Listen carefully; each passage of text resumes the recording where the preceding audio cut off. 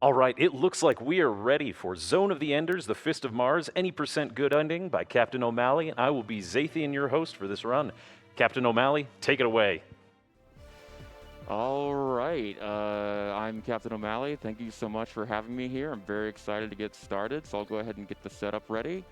This is Zone of the Enders Fist of Mars, a GBA game that no one really knows about or talks about or plays. No, not really. Yeah, so I'm happy to be the guy to do it. Let me just go to the options really fast, turn off the animation sequence, and I'm going to go ahead and get started. I'll count down, and then I'll throw it to my friend Sphinx Core over here to take commentary from there. So get ready in 3, 2, 1, go. Okay, let's go. Hey everyone, I'm Swings. I don't really run the game. I just love math and optimizing stuff, so I'm usually sitting on a single level for 4 to 8 hours and optimize the hell out of it. And yeah, so let's talk a little bit about the game. It starts with a little bit of button mashing, followed by a holding of the right bumper, because this game has a cool mechanic where you can just roll through the dialogue by holding the shoulder button, which is very, very convenient for us because this game has a lot of dialogue that we don't really care much about because this game has a very derivative story. It's very anime. It's not that compelling. If you've seen any anime, you have seen this story. You know the story by heart. It's got amnesia, it's got main characters, all that good stuff. Yeah, so this is the ship, the Bonaparte. Oh, it got blown apart. Right, yeah. We're very funny. Yeah, you were such funny. Oh, sorry, man. I'm just so nervous. I want to make sure I get it all right. Okay, dude, like you've been playing this game for a while. Like, what do you need to do? Yeah, like, explain a little bit to me. What do you need to do? So I think I just need to I don't know. So it's been a while. So do you get attacked? Yeah, it's the dodge mechanic. What you're trying to do is you want to make sure you don't get hit. Because what? Oh. All right. Well. Okay. That didn't work out that great. Okay. We'll try it. We'll try it again. We'll try it again. Well, right. This is the dodge mechanic. Can you please, dude? Like, can you please focus? I mean, I'm trying. Okay, I'll focus. I'm sorry. That is. Oh, okay. Dude, that's not funny. Yeah, oh, God. Dude. That's embarrassing. Oh, God. Why is that? You flew away from Germany, too. Dude, I flew 20 hours. Why do you always disappoint me so much? I don't know. I'm sorry, Dad. Anyway, yes, obviously, that is an intentional death we take. It is way faster to just take the L there. And there you go. There's scene 1 done. And it's super consistent as well, because like the time is usually about 1:15 to 1:13. So let's talk about balances. In the game, there's a mechanic where you can adjust your attack and dodge. There's 2 bars. If you go, you can make an option to put all your points into hitting. So it's harder to hit the enemies, but when you do do more damage. And there's an option called escape, which makes it easier to escape, which I just failed the mechanic twice. And that makes just better reticle movement. But if you get hit, you take a lot more damage. Yeah. But I'm not going to get hit. I played this game a lot. There's no way I'm going to get hit. Probably. And I'm really good at the mechanic, so I'm going to get hit every single time. No questions asked. Right, so we're balancing, so there's like 2 balance scales. One is on hit and power, and the other is on defense and escape. And we put everything on the riskiest setting that's possible, on power and escape. So it's easier for us to dodge. It's like very likely, much more likely to dodge the attacks. And also like when we hit very hard, but it's much more difficult to hit. So in the last scene, we didn't mention this, but we got arrested. So for some reason, wrong place, wrong time. For vandalism, right? Yeah, it was for vandalism. Yes, we crash landed on Mars, made a new crater, and they did not like that. I'm going to toggle the interactive attack system off. The IS stands for interactive attack system, and I don't want to have them on because I can tank this damage, and the IIS is slow. I'm going to try to get a hit here.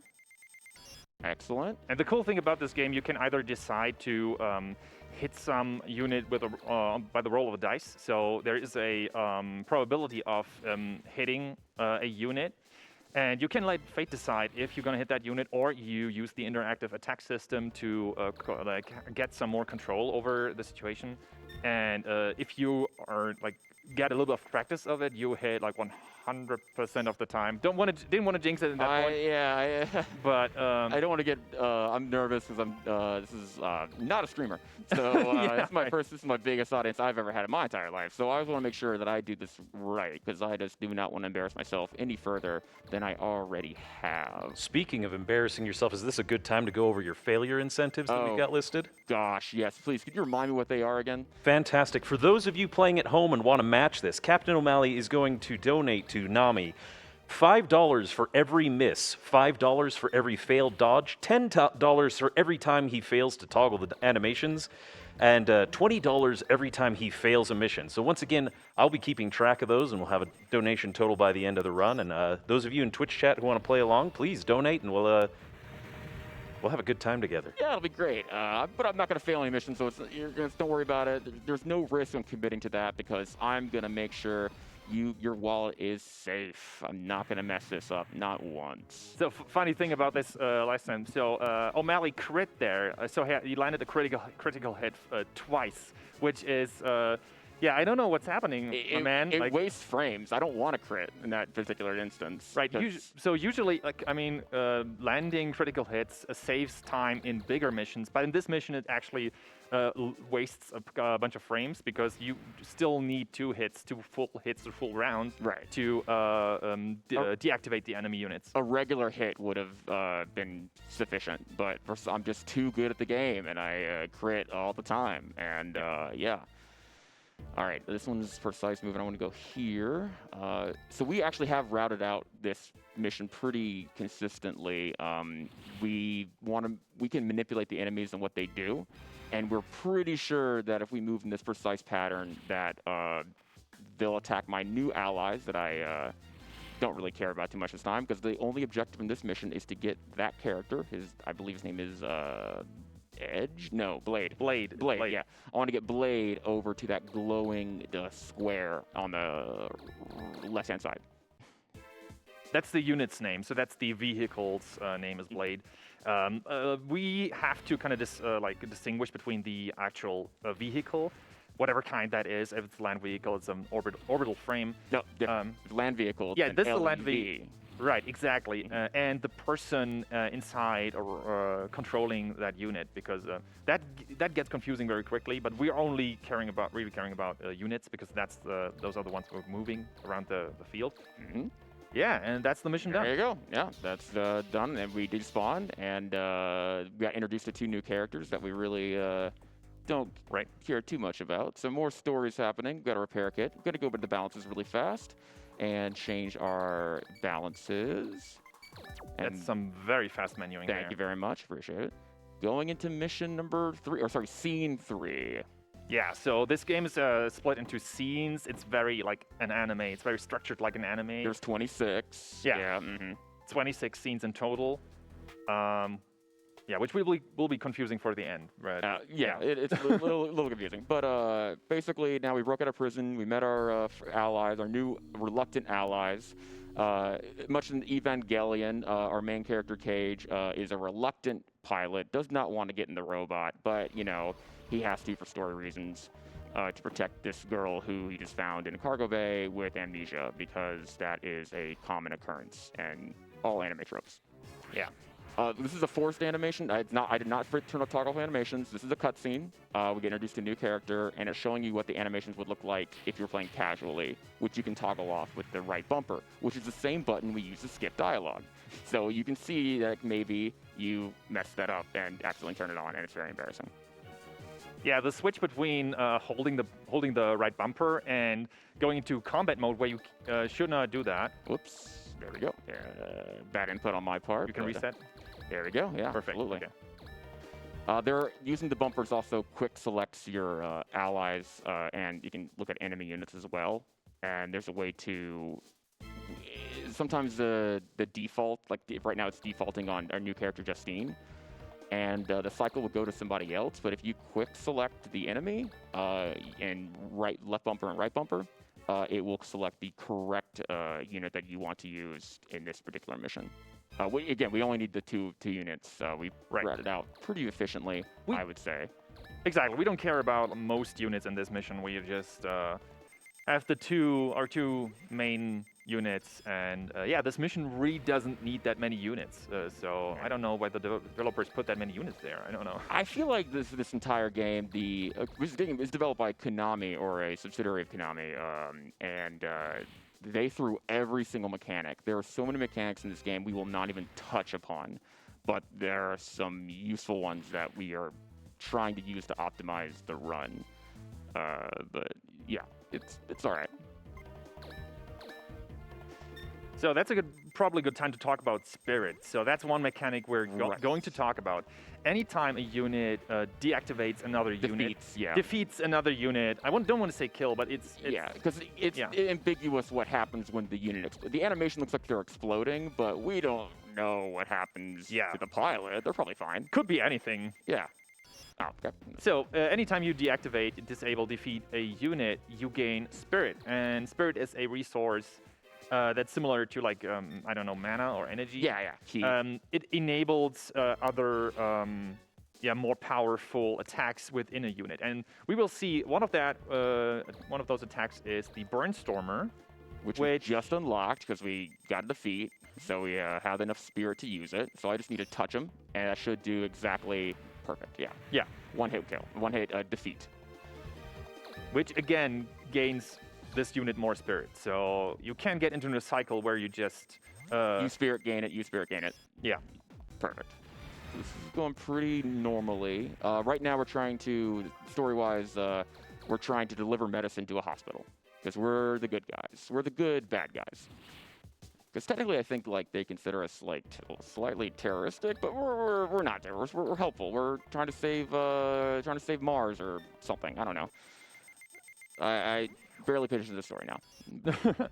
But perfect. So we got the last defeat here, and now the next phase will begin, where Ned, do not like this guy, will spawn, and we're gonna yell at him and tell him, "Hey, no, you can't do that. You're a bad guy." And one of my favorite characters, you want to introduce him? Yeah, he's called Razma. He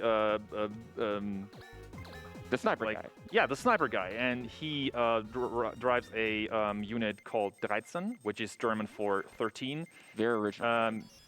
Yeah. He is the Spike Spiegel of the party. He's the aloof, tall boy who just, he's a casual guy. He's one of the cool guys, and he's actually my favorite unit. So this guy actually got right in position for me to grenade him, which is one of my more powerful attacks, but it has a very limited range. And I don't actually want to crit there because I would like the last blow to be from my main character, Cage here, because this will give him a lot of experience points. And and drastically overlevel him. And we need him to be, just... Oh, that counts. But all you have to do is get in the hitbox. It's very generous hitboxes. Right. We want to overlevel him because we need all the everything, like all the power we can get for the next few scenes. Yes. Especially for the next one, because the next one actually doesn't work if we wouldn't have done that right now. If we wouldn't have last hit it with Cage, the next scene doesn't work. Our optimizations don't work. Yes. And it takes up a whole round, that is exhausting. That is really embarrassing. It is breaking. That happened to us a bunch of times. What are you talking about? No, it didn't. We're perfect. We're perfect in every single way. I can see I over-leveled him, so his bars are very new character get introduced. There we go. And we're good there, and we're good. All right, cool. On to scene 4. We're making progress. So we power level him as much as possible because it affects unit priority, attack the enemy's priorities of what they do next. And it's actually very helpful for 3 hours from now when we get to the last mission. We want to really overpower this character and another character that has not been introduced yet. And that's the story. Yeah, in the last few missions and in between, we're going to use basically 2 characters. Those will be our personal main characters. even though, yeah, we have so many characters to choose from. It's an ensemble animation cast. Yes. There's too many, almost I would argue too many allies on our side. Yeah. I have my favorites, I have my least favorites, and I'll go more about that later. So this scene, we're trying to rescue an unknown person from that glowing square up top, and the avenue of success is to get Mr. Edge here, this tank, all the way to that glowing square. But I'm going to set up for the second phase because we just know how the game works. And let me just cycle through my guys. I want to go put him here. So this scene, we actually use almost every character. Except Calavernis, my least favorite character. She's the tsundere of the group. And she's just, I don't like her because she's just so slow. She can move 3 squares and she has really bad range. So I honestly ignore her most of the time. I'm going to put him here. I'm not going to attack because that just wastes time. And I'm going to bait him here. I'm good here. And I'm going to put him here. And there we go. Oh, whoops. I'm good. Right. For that. Thank you. Yeah. Sorry, it's getting a little, still on nerves. Still a little nerves, but we're good. Yeah. Cool. And I'm setting this up for the next scene. And I want to get... this guy's just kind of in the way, so it's kind of just faster just to take him out.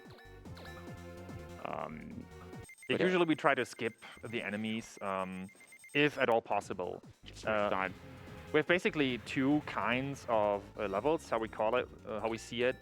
We have some clear the board missions where we say, okay, we need to actually obliterate the enemy, so we really need to like remove all the enemy units from the field. Mm-hmm. But we also have ones where we just need to, we call it Blitz the Boss, where we just need to attack one specific character to advance in the scene and to advance in the go to the next stage, go to the next story point. Yeah. Like for example, I'm using Phil right here, my second to least favorite character, as bait to just. The enemies love prioritizing him because he's so weak. And I agree with him. Phil is the worst. No offense to Phil at home, we love you. Yeah, he's just an interesting character, and Who, the Phil at home or this Phil? No, both. I love you, Phil. All right, that should be perfect setup for the next scene. So if anyone has any comments to add, please interrupt me.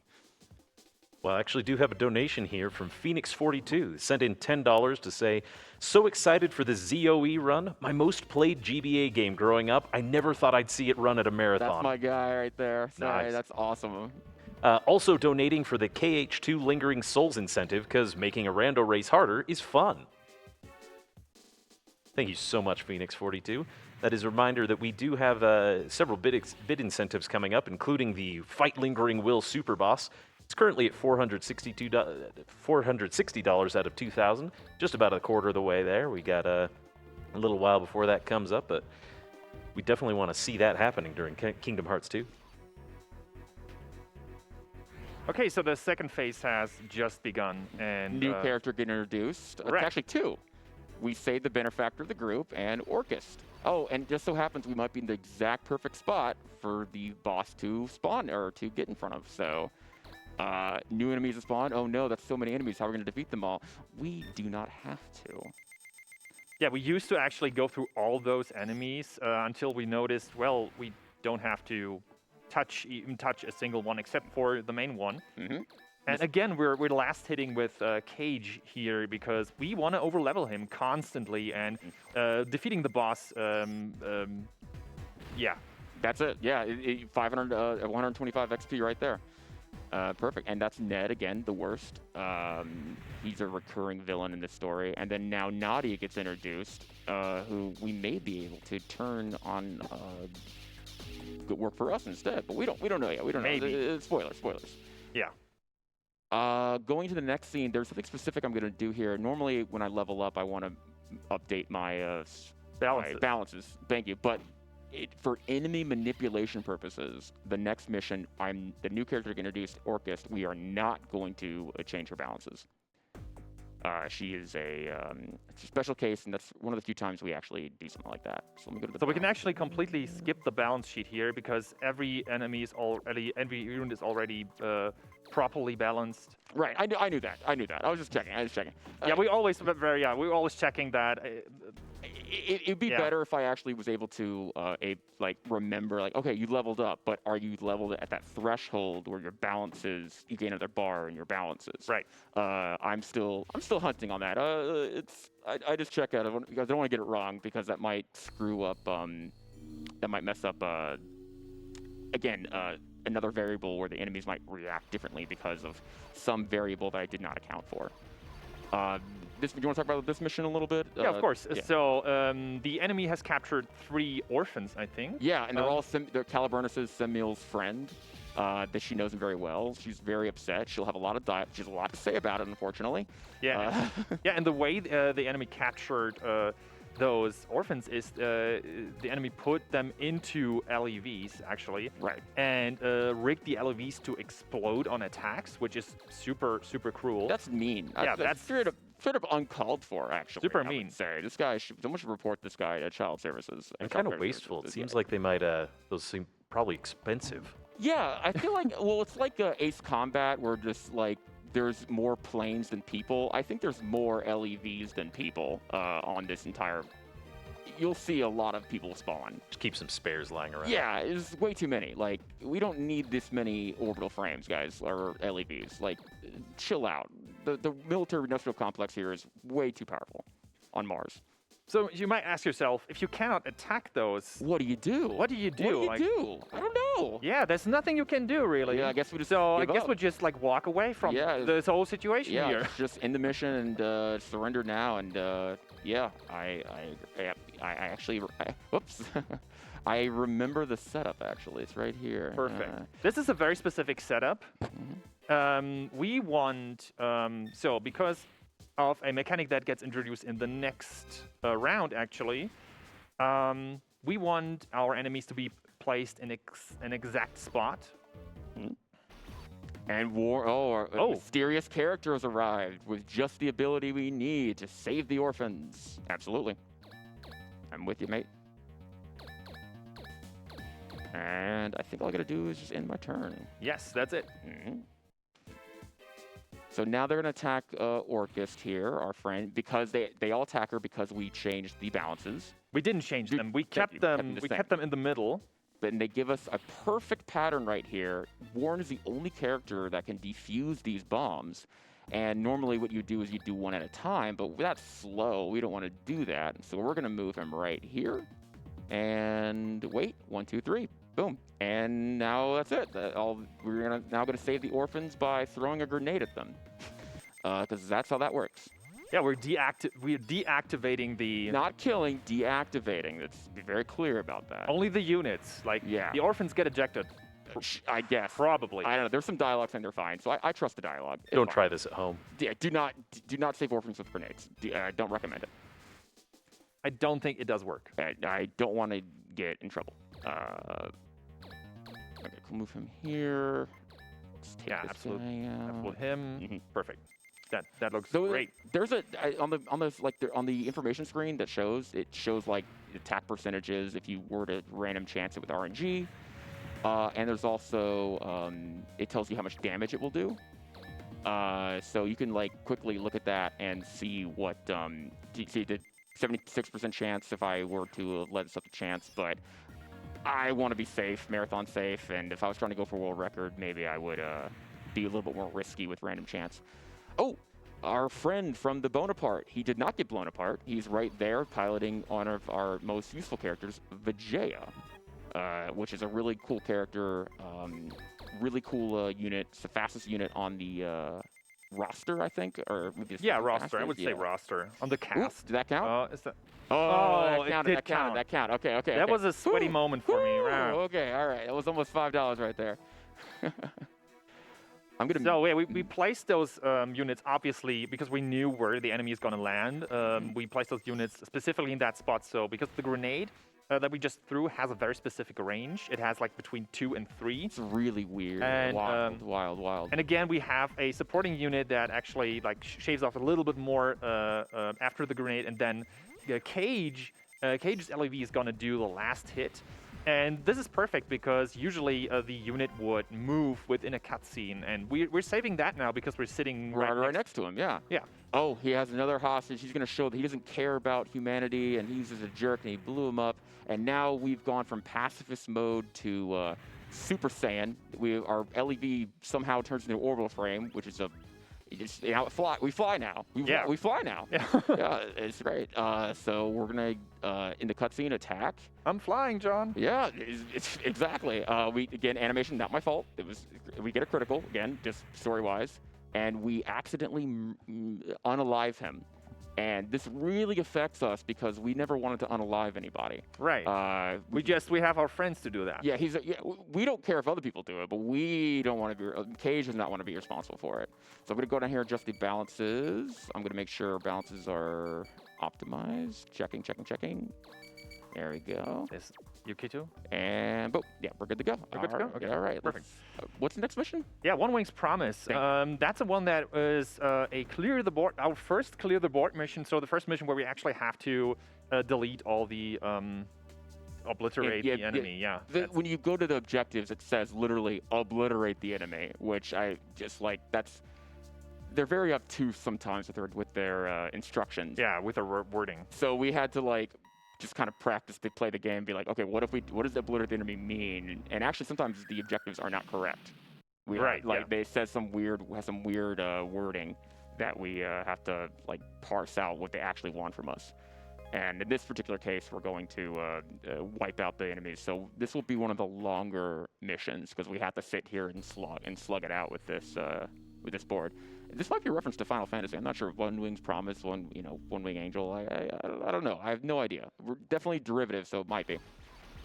So this probably a good time. Throw it over anyone to Ethan, or you have something to say, shout everybody out. Now's perfect time. All right. What I did want to shout out is just for those of you who are just joining us. This is RPG Limit Break 2023 coming to you from Salt Lake City, Utah.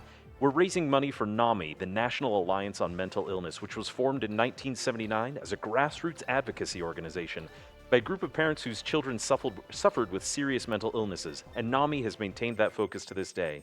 100% of all donations that you send in go to this organization to support everybody who can use that help. Excellent indeed. So we're just going to keep slugging through it. Again, very excited to be here. Our community is literally 3 people. I accidentally crit there. That's cool. Wow. Okay, so we didn't really talk about it before, but if you get in the dead center of the hitbox, or one of those glowing red bits, you do 50% more damage, or 1.5 times your normal damage output, which, okay. You did it twice. All right. What? I don't really know what to say about that. I guess that's where I don't want to use the word skill. That sounds a little much, but it's just, you can kind of get good at it and just kind of predict where the enemy's movement. I would describe it, the IAS, the interactive attack system, to be very tank control like, but it uses some sort of momentum system where you kind of can predict where the enemy's going to go, but it's hard for me to really say for certain. Actually, I don't want to do that. I'm going to actually attack with this first because I want to get the last blow with Justine, because there's a second phase of this fight, and I would love to hit the Burnstormer to be unlocked on Justine. So I'm going to take a little bit of, it's going to look slower, but the next phase will go faster because of this. Yeah, so again, we want to get the last hit because that gives Justine Spirit, yes, which unlocks the Burnstormer. Yes, indeed. Please get down here. Yeah. Please get down here. Thank you.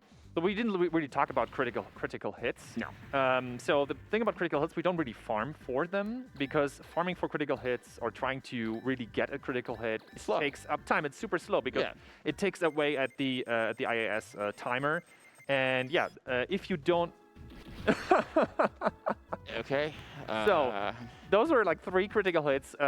This never happened. Oh yeah, if you have that's never happened before on your bingo card, just mark that off immediately, because this run is so brand new and we're still learning it. We're still grinding it and learning it out. After we got our mission got accepted, we then went to town to try to optimize as much as we can, and so everything something's gonna happen here that's never happened before. It's gonna be different.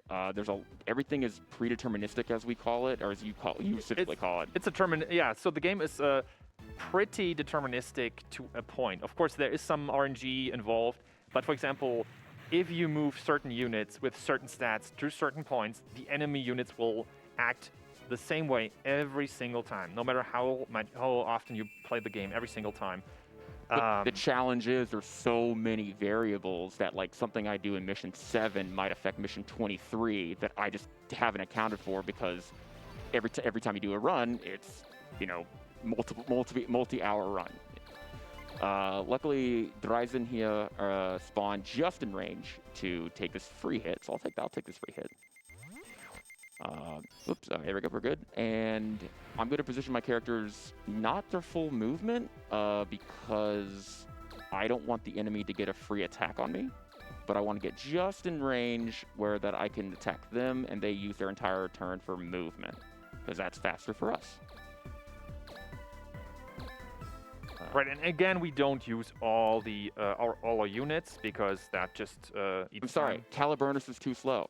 She needs to, you know, get some roller skates or some jetpack or something. She's just a walking tank, and her attacks are really awkward, very awkward attacks. Like they don't have I'm gonna get them down here actually. Roller skates sound fun. I mean, yeah. She would look good in roller, like she would roller skates. I'm not sure she would rock them because she's so okay. So it's actually not, you don't actually have to hit the enemy unit with the cross in the middle, but just with the whole radical. So with the whole thing that has to like overlap somehow with the enemy unit, which is very convenient. Cool. All right. So with that particular sense, I realized how much damage his attack would do, so I changed it on the fly, knowing that I can get a one-hit KO there. So I decided to go ahead and do that. And again, with a critical, we always have to balance between, landing a critical hit that actually deletes an enemy. Will save time, but other times it's like wasting it trying to farm for it. Exactly. So we need to always look, would it help now to crit? And sometimes crits are actually saving runs. So Saving whole turns can be saved if you get lucky or you get good and crit, but it's so inconsistent that it's really difficult to like practice it. Because you don't want to if you're relying on a critical hit to end a mission sooner and you change to get certain variables, you're gonna have a bad time. That said, there's yet another critical hit. Yeah. But that one was wasteful, pretty wasteful. Possibly. I actually didn't read it told me how much damage it would have done, so it's entirely possible that was a waste of time. Not sure. So I'm adding frames every single time I do that, which is not what I want to do. But in a multi-hour run, it's not too bad. I think I can use your grenade. Yes, I can. Excellent. Yeah, and then you can just use the rest of the time to just push forward and yeah. In this particular instance, there's a boss down there, a main enemy unit that does not want to move until you clear the board first. But we have to wipe out the board. We have to clear the board anyway, so just want to be efficient about it. But we crit? No, it's not a crit. Yeah, because sometimes you get lucky. Sometimes the reticle's like that was a crit, and then you didn't get it. And other times it's like, oh, that wasn't a crit, and then they give it to you. I don't know. It's hard to say. It's all pixels on the Game Boy Advance system. Is it all right if I cut in with a quick donation? Absolutely, please. There's no message on this $25 donation, but it seems like the alias wanted to send you a message, and it is Phil loves you too. I love you, Phil. Thank you, Phil. Let's move here. Love you too, Phil. Yeah. The full name of the character in this game is Phil Bright, which is he's a really weird, it's a wild name. It's like Phil Bright. Warehouseian, because his family made money off warehouses, and we're in the future, the far future of 2173. I don't know. It's anime. Warehouses, very anime.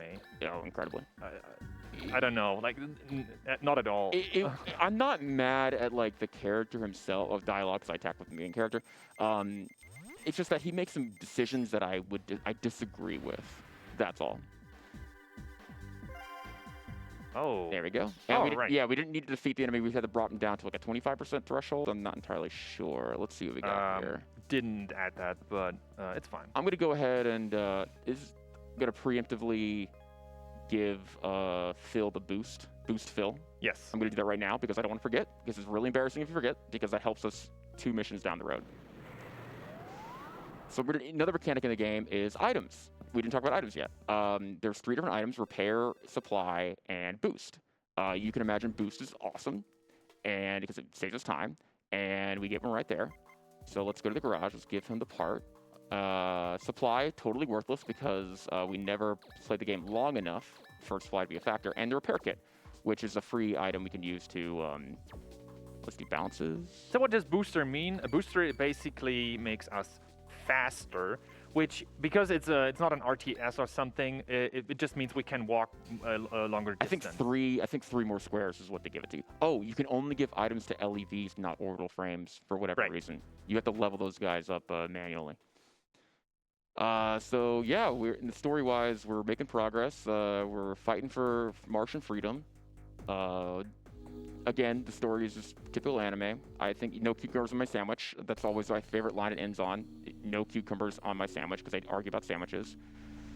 Okay, cool. There's, I think, more important things. Incredible dialogue. I'm going to throw it to you, because this, I think, is one of not my favorite missions, but there's a way to do this mission weirdly that we're still trying to route out more efficiently. Right. But we're in the middle of a protest right now, and we have to save the protesters. It's optional. You don't actually have to save them. But don't tell them that. And also introduce a new mechanic called the local server. And I'm going to throw it to Sphinx. I'm going to be quiet. Yeah, as O'Malley just said, we have a protest going on. Who's protesting again? Like, catch me up on that. I don't know. Some Martian freedoms and Martian rights, and these Earth people are jerks, and yeah, it's not a great time on Mars right now, y'all. I don't recommend visiting at the moment.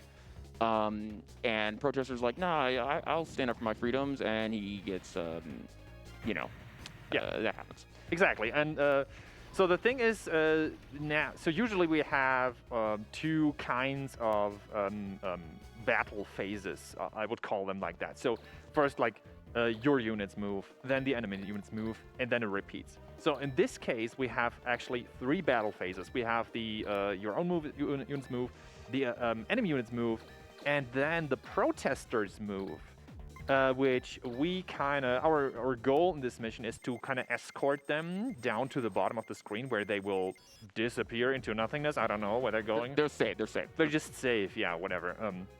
And a lot of the movement here is kind of precise because we want to kite the enemy units into specific positions, first of all. And there's a whole second phase to this scene, in which like the main enemy spawns, which we then have to get down to below 25%, I think. Right. Health, and it's the notes say 25%. Right.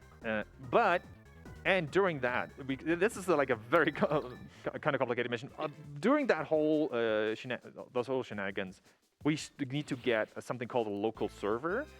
That's some new mechanic that gets introduced. A local service, that's that glowing orb thing in the corner. We gotta get the orb. Yeah, we gotta get the orb, right? We will see that soon enough. This basically unlocks new mechanics, new attacks for specific units. You can just hover over it using an orbital frame, and it will unlock those. Which is, we need to get that specific local server, because it comes in super handy. It gives the main character a attack called the nail laser, which it's a decent ranged attack for our main character, who lacks good range. They're mostly used for melee in this particular run, but it's a really powerful range attack that you have to unlock some amount of spirit to get to it. But it comes very clutch sometimes. So now it's the protesters' turn. They're going to run down to the bottom of the screen, take 3 or 4 squares movement, and there you go. And now we're going to talk about the local server. And I want to land Testament. I want to end Testament's turn on it. I can't get there now, so I'm going to set this up for a couple turns in the future. It'd be great if I can crit here. Wow. Okay. Nice shot. Thanks. That is- Oh, that didn't even help because it didn't destroy the Oh, enemy. no. That was. I thought that might have done it, but I was just under level. He has like 55 hit points left. Oh, whoa, bad input on my part. I'm using the D-pad on the GameCube controller and sometimes it's really helpful when you're dodging, and it's a little tricky sometimes with the hit if it's so sticky. But there we go, perfect. Yeah, I normally can't call shots like that. That was wild. That should have. I should have destroyed that guy. Well, that's unfortunate. So there's a lot more just attacking going on. So if our host has anything to add, would be good. Yeah, if you have any questions too, I'm happy to answer them. Yeah, please. You got it. Well, actually, I have a couple of donations backed up here. We've got Lex/Y wanted to donate $10 to let you know that Alex loves you as well, less than 3. Hey, Alex, what's up? Hi, Alex. We also have Vanishment donating $10, wanted to say, it has been a great marathon so far. I hope we raise lots more money, and thanks to everyone. Thank you too, Vanishment, for donating to Nami.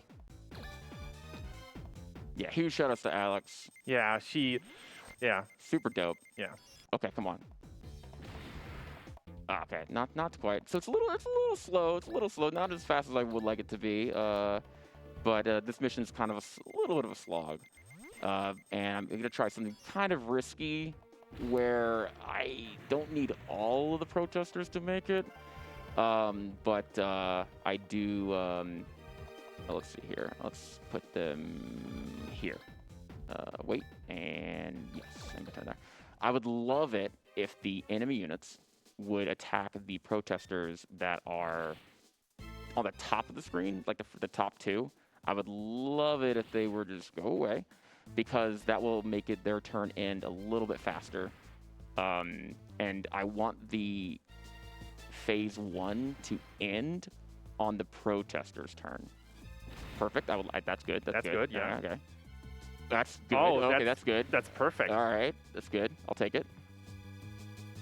Okay, That's also very good. I'll take it. Yeah, it's so far. Because we don't want the first ones to. It doesn't matter per se, but like, Yeah. it's the back two. I definitely would like to. I made sure quickly I could tank that hit. It tells you the percentage chance, so might start dodging soon because I've gotten pretty unlucky with the RNG. They're hitting me pretty hard, but that's okay. I can tank a few hits. Can you? Okay. Go I ahead. thought you could Evelcane him, but. Yeah, I don't know how to how many units he has to defeat to unlock that ability. That would have been a good opportunity if I could have crit there, but we'll do what we can. Okay, he's just in range. So I'm kind of routing a little bit on the fly here because I got different not RNG, but like I guess different RNG because the units are behaving a little bit differently than I'm used to. Okay, I would like to crit here. Is that? No, Oh, no. Okay, just a okay, couple okay. pixels off there. That's all right, though. I'm going to try to move the Caliburnus here. Actually, I'm going to move them here. Sorry to slow them down. Take Testament. Whoops, wrong input. You can hit B before you confirm an input and wait. There we go. Now I got the local server. I'm going to go ahead and repair. No, I'm going to beam cannon this guy. You can repair at the end. And so you can't. So this unit has an ability called Repair, and if you don't attack, you can go up to you yourself and repair your one of your units. And Oh, sorry. I thought it was including the attack, but. Okay. no, you can do it with an item. You can use an item and then attack. That is optimal. You could get a free item use. And I'm gonna move you. Actually, no, I'm gonna move you here. I think that'll be a good spot for you. Okay, we're gonna keep you there, and I think I can end my turn. Cool. Let's see what happens here. That's fine. Good. Yes. Yes. Oh, Oh, he just no. survived. So we'll lose this guy. Cage will have a little bit to say about it. Oh no, we were too late. Which is super sad. Okay, good. Okay, yeah. So I'd love it to. I think one of the front pressures might make it next time. Let's see here. Whoops. Whoops. That is Okay. $5 right there, ladies and $5. gentlemen. There you go. I didn't turn off the IAS when I should have. So that wastes time. I got hit anyway. Yeah, that's embarrassing. I don't think any of the protesters made it so far. That's a new one. All right, so I definitely want to take this guy out for sure. Oop. And He's gone. he's gone. And I think actually I want to keep that guy alive. I hope he attacks. No, I'm going to take him out. There we go. And that's a hit, even though it looks like I hit nothing. Trust me, it's a hit. And for safety, I'm going to go ahead and move this gentleman up here. And I'm going to take this person out here. Okay. Yeah, so we just need to strafe him, basically. Yeah, it's one of the longer missions, unfortunately, but we're getting close. We're getting close. And for safety, I'm going to move Caliburnus down all her movements. I hope they get that guy. All right, let's see what happens. There we go. All right, perfect. So it should, if this unit survives, which they should. Can I tank this hit? I can. 77% chance he hit me, so that was cool. That was good RNG there.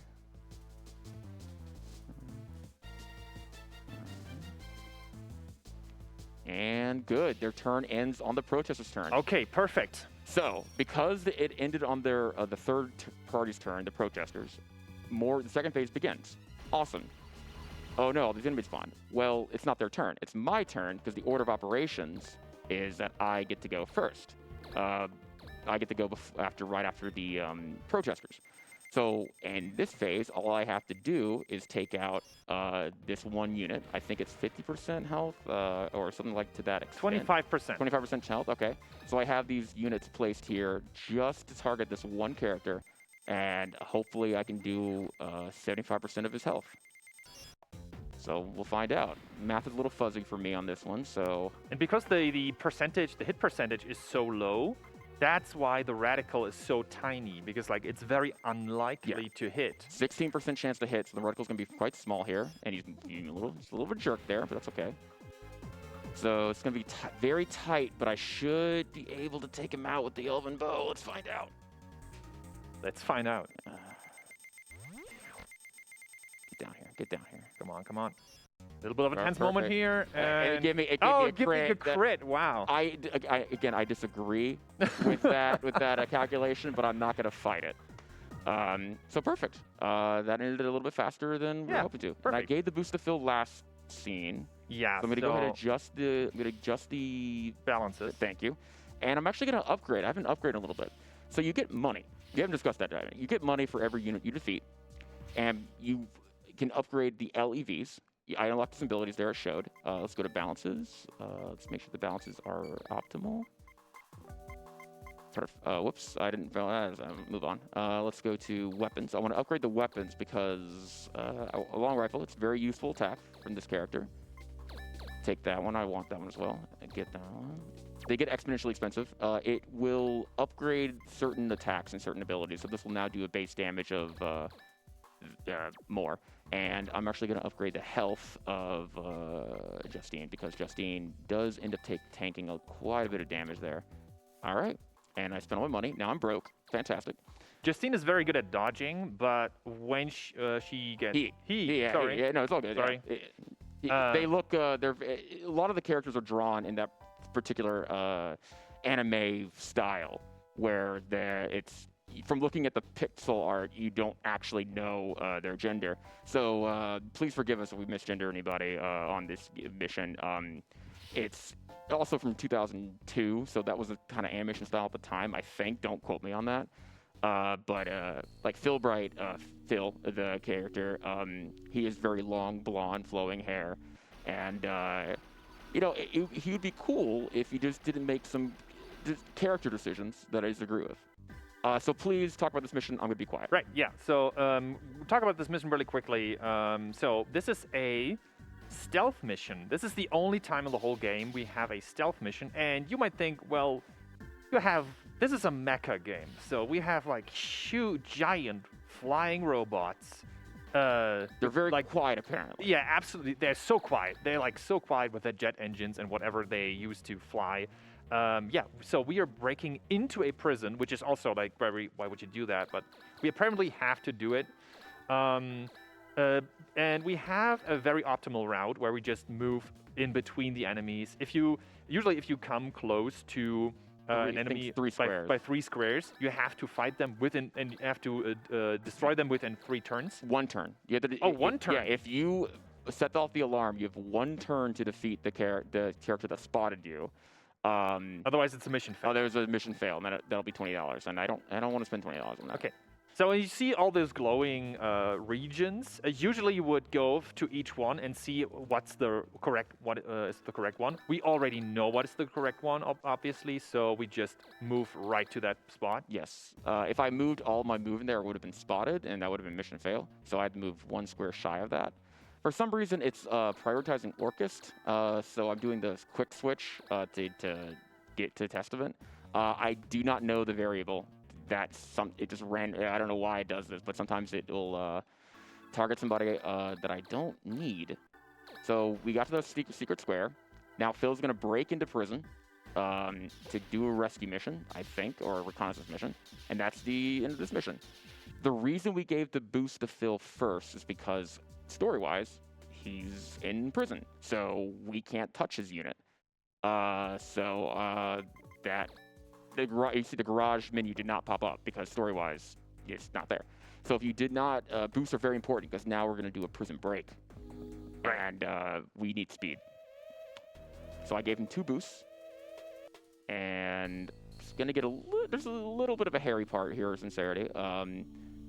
So I kind of have to manually dodge with Phil because I don't want him to get hit. Because if you get hit and you're, for this particular character, for some reason the units will prioritize, enemy will prioritize him. So I don't want that to happen.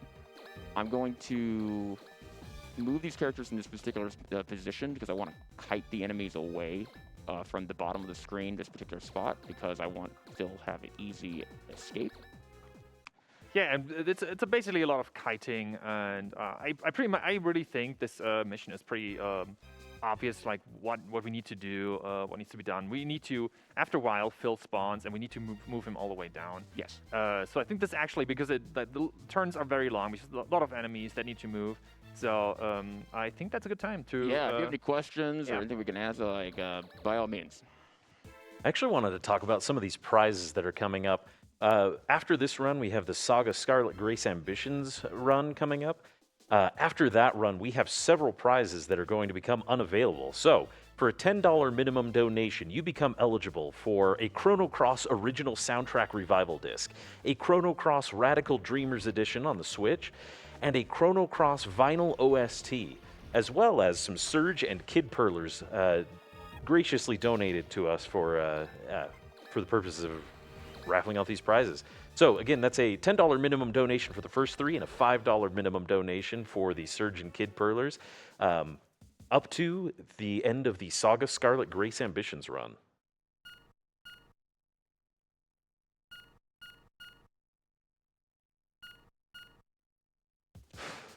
Long dodge sequence here. 8 seconds to dodge it, and I'm going to turn off the IAS for this guy because I don't really care about her. And I'm going to, because I didn't take any damage, this guy's going to attack me from range. I do not know why they do that.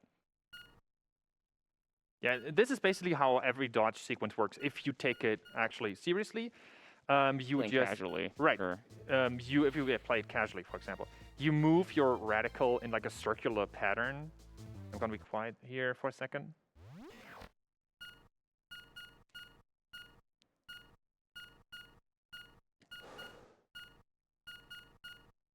That was not cool. She was after me. Oh man, that was one of the hardest characters to dodge with, and I just didn't want to take any damage for Phil for safety reasons. You probably didn't see it, but a lot of times there popped like a little text up that said danger. Like danger, caution, something like that. Yeah, and that's like if you're in there for like a hair of a second, it will lock onto you and you'll get hit. If I did not have the balance all the way to escape, that would have been almost impossible for me. I've failed several times doing that, practicing this run. So again, we're just gonna enter turn because all we gotta do is worry about Phil getting to the bottom of the screen. I can tank all these hits, so I think I'm pretty much in the clear right now. They target again. They always love to target Caliburnus because I think she just has an interesting health situation. Yeah, they love to target her. Him. Sorry. No, her. Wait, that is a her in Caliburnus? this case. Yeah. All right. Samuel Caliburnus. They have this weird like tsundere, relationship with Dryzen or Rasma.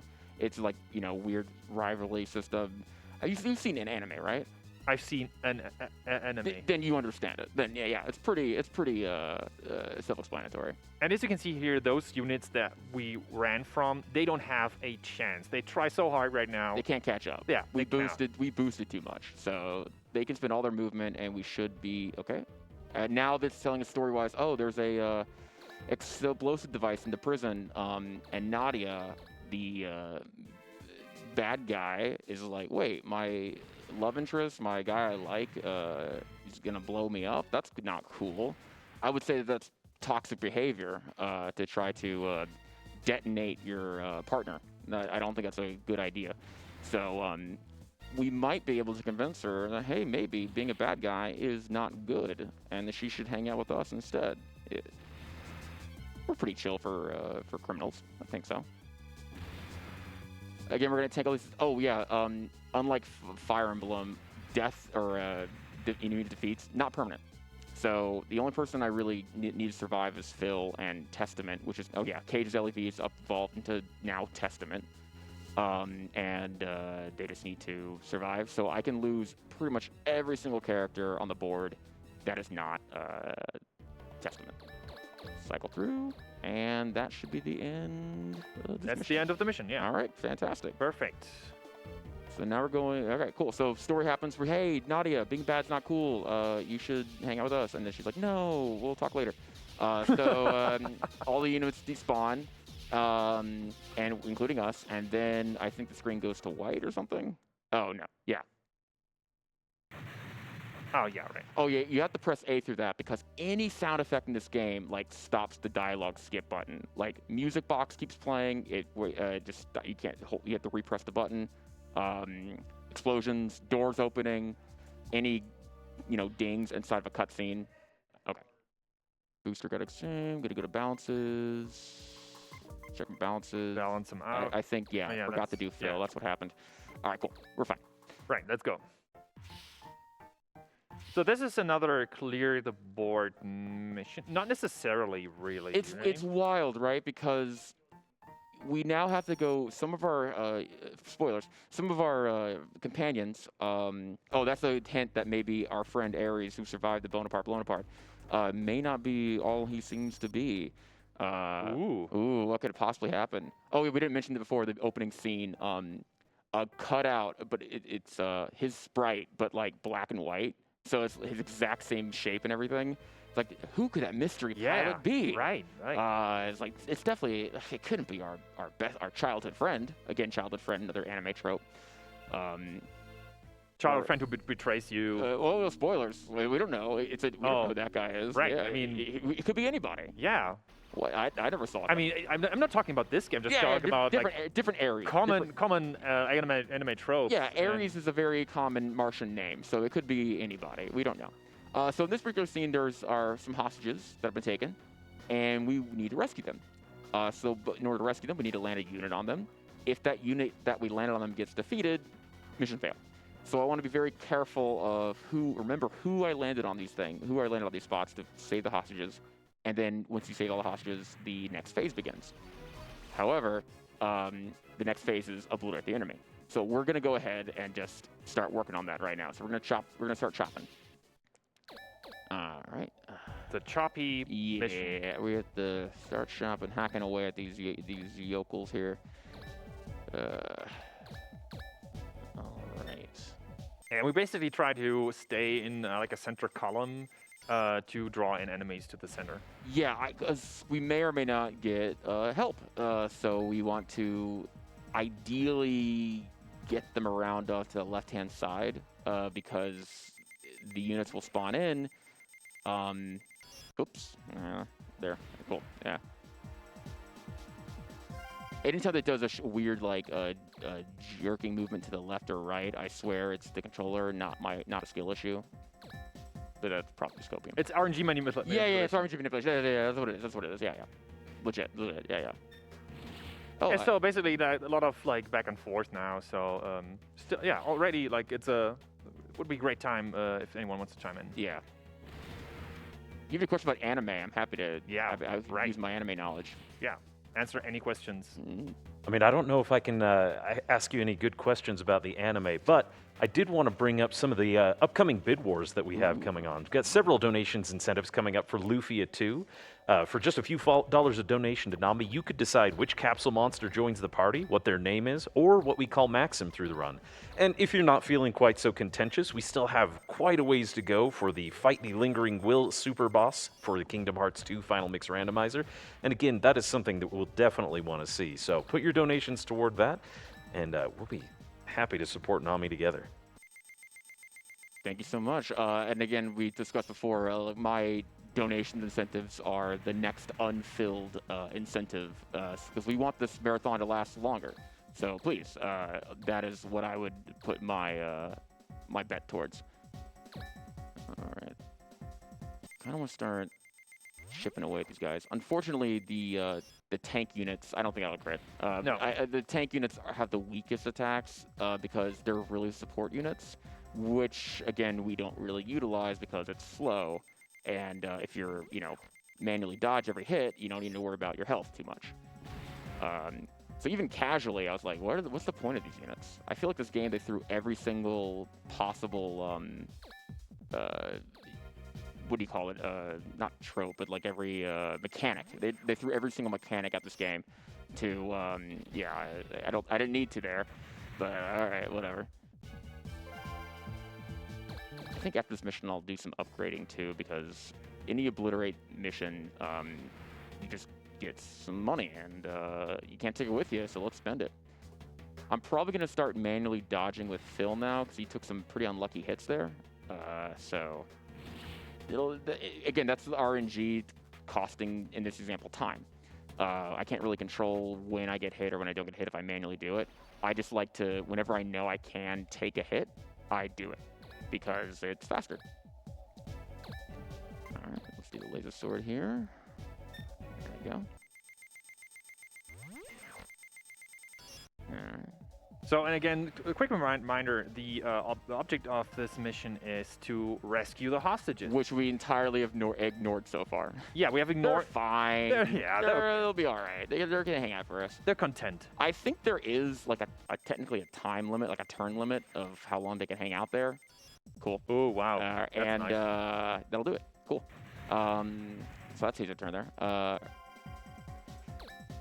It's about, like if you play D&D, you understand the concept of optimization of your action economy. There we go. Action economy. And so if I know it's going to take one hit to destroy an enemy, I'm going to it's like no sense in farming for a crit, because you know that it's going to take one hit regardless of the situation. Like, yeah, whatever. How was that a critical hit? I don't know. It makes no sense. Yeah, so the hitbox for the critical hits is pretty generous. I mean, I'm not mad at it. Bonkers. Yeah. It's but definitely a little confusing. Like there, for example, I got a headshot there. It doesn't matter. Same thing as hitting his toe in this instance. I'm trying to get the last hit with Testament here, because I would like to start unlocking his, gaining more spirit to unlock his better attacks, so I can start one-hit KOing people. That'd be really great. All right, so I'm going to manually dodge this one. I'm going to manually dodge this one, because I'd like to keep Phil alive for one more round, but it does waste 8 seconds. More like 10 seconds. There we go. And he's going to be attacked again, because he's the weakest link. I want to keep him alive for one more go, and then I'll probably end up sacrificing him next turn. He'll be fine though. Let's see what you do. There we go. Perfect. Yes, I can take it. Perfect. So in this instance, I'm keeping Phil alive because I want to go to Vijaya and I want to repair here. Perfect. So now I'm pretty much done with Phil there. I don't think I'll use them anymore. This guy's like 2 HP left. So I just quickly want to comment. You sometimes see O'Malley take a quick pause in the pre-attack screen because there are like all the stats, like how much damage is this unit gonna do, and so a quick like he is doing quick maths. Yeah, even though it looks like I'm wasting frames doing it. Oh, that's a mechanic I've never seen before. So we ever talked about. So do you want to explain the stun mechanic? Yeah, just where I mean, yeah. I mean, what's there to explain? Some of certain attacks stun enemies sometimes. Have a chance to stun, and there are runs where it never happens. Yeah. And what it does is it eats up an enemy turn. And it's great, but like you can't, I don't know how to make it happen. It just happens sometimes randomly. With only certain attacks. Some attacks will have like a little lightning bolt next to them, and that means that that'll hit the chance to stun. And because they are stunned, I have a 100% chance of hitting. So I'm going to go up here and attack. I'm going to turn off IAS. Because I have a 100% chance to hit. Which you'll probably never see the mechanic now or ever again. Because that is so rare when that happens. So now we're going to rescue the hostages because all the enemies are out of our way. That guy's still alive, but story reasons he doesn't count. Yeah. So I'm actually going to go ahead and start preemptively moving my units to a particular location.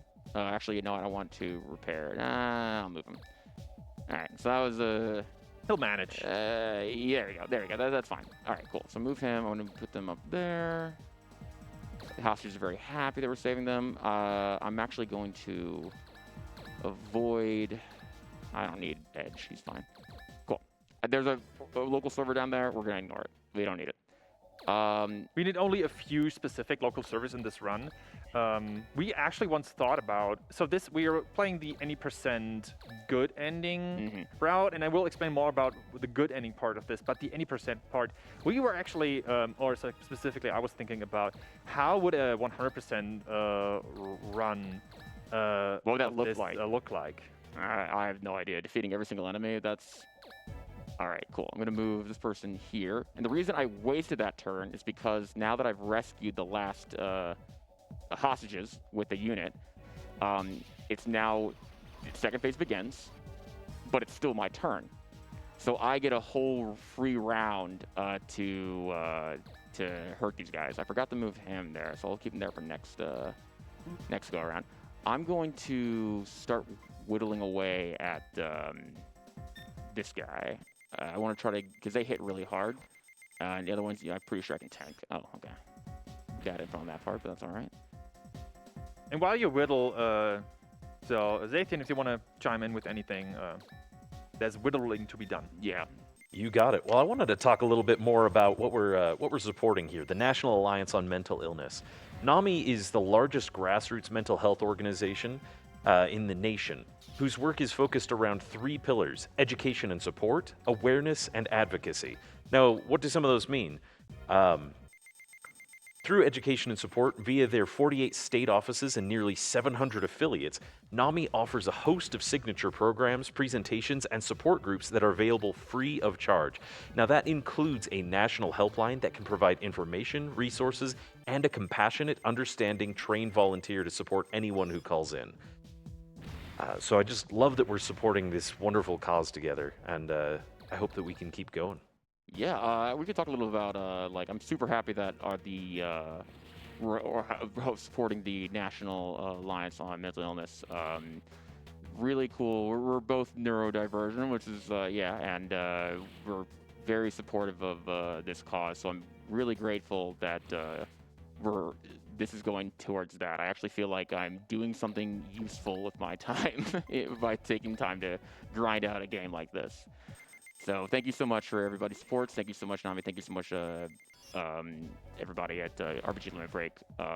huge shout outs to PMC Trilogy, an actual streamer who actually recommended that we submit this.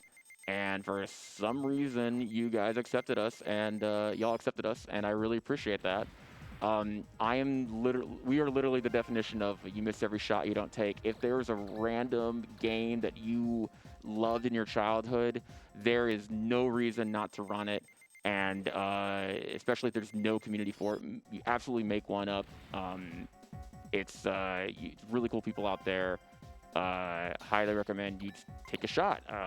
It's been great to me personally so far, and if you want to do me a huge favor and route the bad ending, that would be swell, because that is a slog.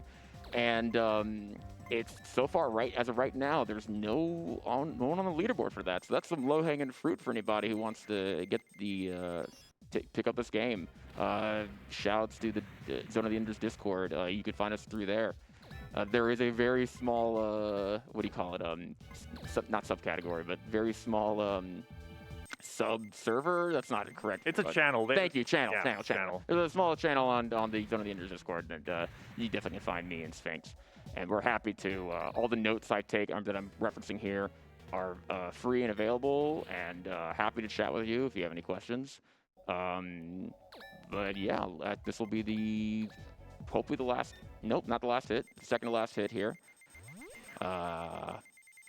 And Was about to say, except when you crit. yeah, let's not jinx it. I'm gonna try to get the last hit with this character here, because I'd like to start leveling up this unit. Luckily, even if a pilot changes, the orbital frame, the OF, will keep the XP. All right, so now we are doubled. Yeah, right. I actually will not do that. The notes have changed since then. Again, we started running this in January, so right, yeah. I'm still updating the notes, and we're actually taking some live notes here and making adjustments on the fly. I'm actually not going to do what I wrote down because I've decided that other things are better. Let's go to balances. Confirm the balances are good for everybody. Some people leveled up to that threshold of a new balance. There we go. And I'm going to upgrade some attacks here. Get some better long rifle damage here. And we only upgrade the weapons that are most available and easiest to access to us. So we rarely upgrade attacks that are dependent on spirit, for example. We sometimes do that, but like we want to it's the action economy you're talking about. Right. You want to get to the attacks that do more damage. But in order to get there, you need to do enough damage to defeat an enemy. So it's actually more efficient, I believe, to just upgrade your base attacks.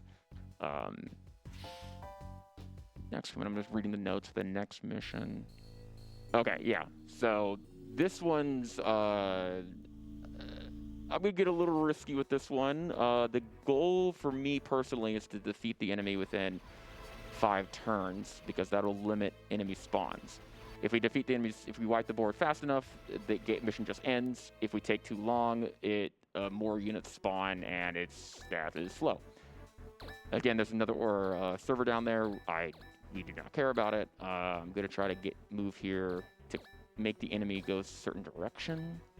So right now they're super spread out, and I kind of want them to clump up so we can. I'm actually gonna use Caliburnus on this one, as much as I detest or dislike this unit, because again they just have no range. They have no movement and no range. Not very useful for a speedrun. So Amelie was just talking about taking a risk there. We have, when it comes to this game, we have very different styles of approaching the play. Yeah, very, very different. I mean, first of all, I don't really run this game in full. I don't have the constitution to do it. But what I do is I optimize certain levels, mostly when O'Malley tells me, hey, so this level is pain for me, please, would you mind grinding that through? And then I'm taking off, usually take a day, half a day, to just stare at it, just grind it and stare at it and see hey, how can we try to optimize this? And then normally normally what I do is I end up taking a hybrid approach normally by taking your really efficient routes and let's move him here. Let's move this person here. And putting my take on it. I found actually to be, because I'm very, while you're very analytical, I'm very like, just fly by the seat of your pants, full send, let's go, go, go. Which is sometimes awesome and sometimes useful and other times really slow. So Right. I appreciate your analytical brain. While I might have higher constitution when it comes to sitting down for a multi-hour run, I don't have the patience to try to optimize, do the math of it all. So luckily we have this brain over here that can do all the hard thinking for me. The co-pilot, if you will. Right. And that's when, so anytime O'Malley mentions something like, yeah, I'm going to take a risk, I'm going to be risky, like, I'm always a little... it makes your heart jump. You're like, what? No, yeah, don't. It's like, oh, but why? I put so much work into this, but the thing is, it's always, so it never really went sideways. Yeah, so No. it's like, it's awesome to like practice and try to optimize the minute details to everything. But for example, again, there's so many different variables that it's entirely possible that one thing changes, that one variable changed 5 missions ago that affects this current mission. And if that's the case, then all that grinding that you did on that particular save we worked off of might not be entirely relevant. So it's definitely a huge challenge to... wait, can I ZZ him? Probably. No, okay. Oh, no, you can't. Okay. He's just 1 square away. If I could have ZZ grenade him, that would have been sick, but that's all right. So hopefully it doesn't cost me a whole turn. I'm going to try to crit here. Nope. Oh. All right. Luckily, I didn't waste too much time doing that, but it does cost time when you take your time to aim and then you don't end up hitting. It's not the most encouraging. But again, in a multi-hour run, a couple seconds here and there, while they do add up, it's not the end of the world. We've already, it's a long run, but we already tried to reduce seconds or frames. I mean, the first mission, in the very, very first mission, basically the intro mission to the game, we have actually had many, many approaches to optimizing this. And we actually took, for this run, we took the super, super safe strategy of getting hit twice. Manually trying to escape. Exactly. Usually, so what you do in a run when you want to get, like, when any second means you could, like... we want to farm for the best time. So we disable the IAS usually in the first mission and just reset the game over and over and over again until we get 2 hits without the IAS on, because that's super, super optimal. But that is actually pretty rare. So, yeah, it takes a long time. I'm getting kind of nervous, and we're getting to the turn 5 here. Yeah. So still have a lot of enemies units active. So what it is though, that boss with a lot of health, they are so far away from me, and this is turn 5. Maybe you can. I'm gonna try. Move. I'm gonna try to get them. Ooh, I really only have like 1 turn to do this then. Okay. I'm kind of routing on the fly here. Let's move them here. I'm gonna repair myself. And just so I can, they're probably going to target Phil again. So I'm actually want to try to kite them to attack me. But he won't, because he has a range attack. Yeah, I think he might try to approach Phil and attack Phil to do damage, I think. So we'll see what happens. I really would love for them to approach me. So I think we're good. I think we have 1 more turn before before new units spawn. Okay. Dang it, you're absolutely right. Yeah. I can tank it though, so we're good. All right, let's see if I can't hit with Justine. Okay, I can. So I'm gonna go over here. I'm gonna take Warren. I'm gonna move him here. I'm gonna attack him with the absolute. And absolutely. Yeah, I'd love to crit here. Okay, nah, worth the shot. Still gonna focus on taking this character out. Perfect. So Greg's gonna focus. So Zathian, if you want to add anything. If you have anything interesting to say, add or chime in, please, by all means. Well, I've got a quick donation here from our very own Wells. Sent in $50 saying, loving this commentary. Awesome job. Hey, thanks, man. But I wanted to personally ask you, if you had to estimate, how much of this run is memorization versus improvisation? Oh, good lord. That is a great question. Depends on the mission, really. Depends. Yeah, I would. So, but in aggregate, probably 50-50. If you were to ask Sphinx here, it'd be like you can 100% optimize it 100% of the time and get it totally determination. And I'm like, nah, just improv it. It's fine. So between the both of our 100%, about 50%. Yeah, we have such different, which I think we make a really good team, and just generally good friends because we just have such different views on things that we kind of complement each other there. I want to upgrade his attack here. He didn't do enough damage. Nope, insufficient capital. I'm trying to upgrade Dryzen maybe. Insufficient capital, do the Calamity Kiss then. Because the next scene is coming up very fast, I quickly want to touch upon the good ending and bad ending part of it. Thank you. So, this game has two not completely separate, but the game's storyline splits off into a good ending and a bad ending at a certain point. This point is, to our knowledge, in scene 12. So PMC Trilogy is probably gonna correct us on that one. We're dude, I promise you, we're doing our best. But so far I've not had time or the ability to farm out the. Oh, can I please talk about the J-pop band? Please do. Okay. Thanks. So this mission introduces the Mars Angels. There's 3 of them, right? Well, I think like Charlie's Angels, all different age brackets. Now, I believe canonically they are a Martian J-pop band that. Again, because LEVs are just littered across the whole world here, they just pilot them on their free time, and according to like in the game, actual game files, there's like a index that tells you about them, and they're like a caddy, and they're kind of tropey on that. So they are the gap between good ending and bad ending. They have the MacGuffin that we need. We can talk about that later, but please let's talk about the bad ending. Sorry, I interrupted you. Right. So the condition for the good ending here is defeating more drones. Those are just like drones. Yeah. They're not people now. Exactly. They're just drones, defeating more drones than the Mars Angels. The thing is, what separates that mission goal from totally failing is the first move that Testament makes. Yes. And if you move all the way to the left on your first turn, you're pretty much guaranteed to win this mission. If you move all the way down on your first turn because you think, oh well, the units are down, way down, I need to get to the units, there's no way to win this mission, actually. Yeah, it's very unlikely. It's silly because you're thinking, okay, the very first move in the game, if you're a new player to this game, you don't even know this.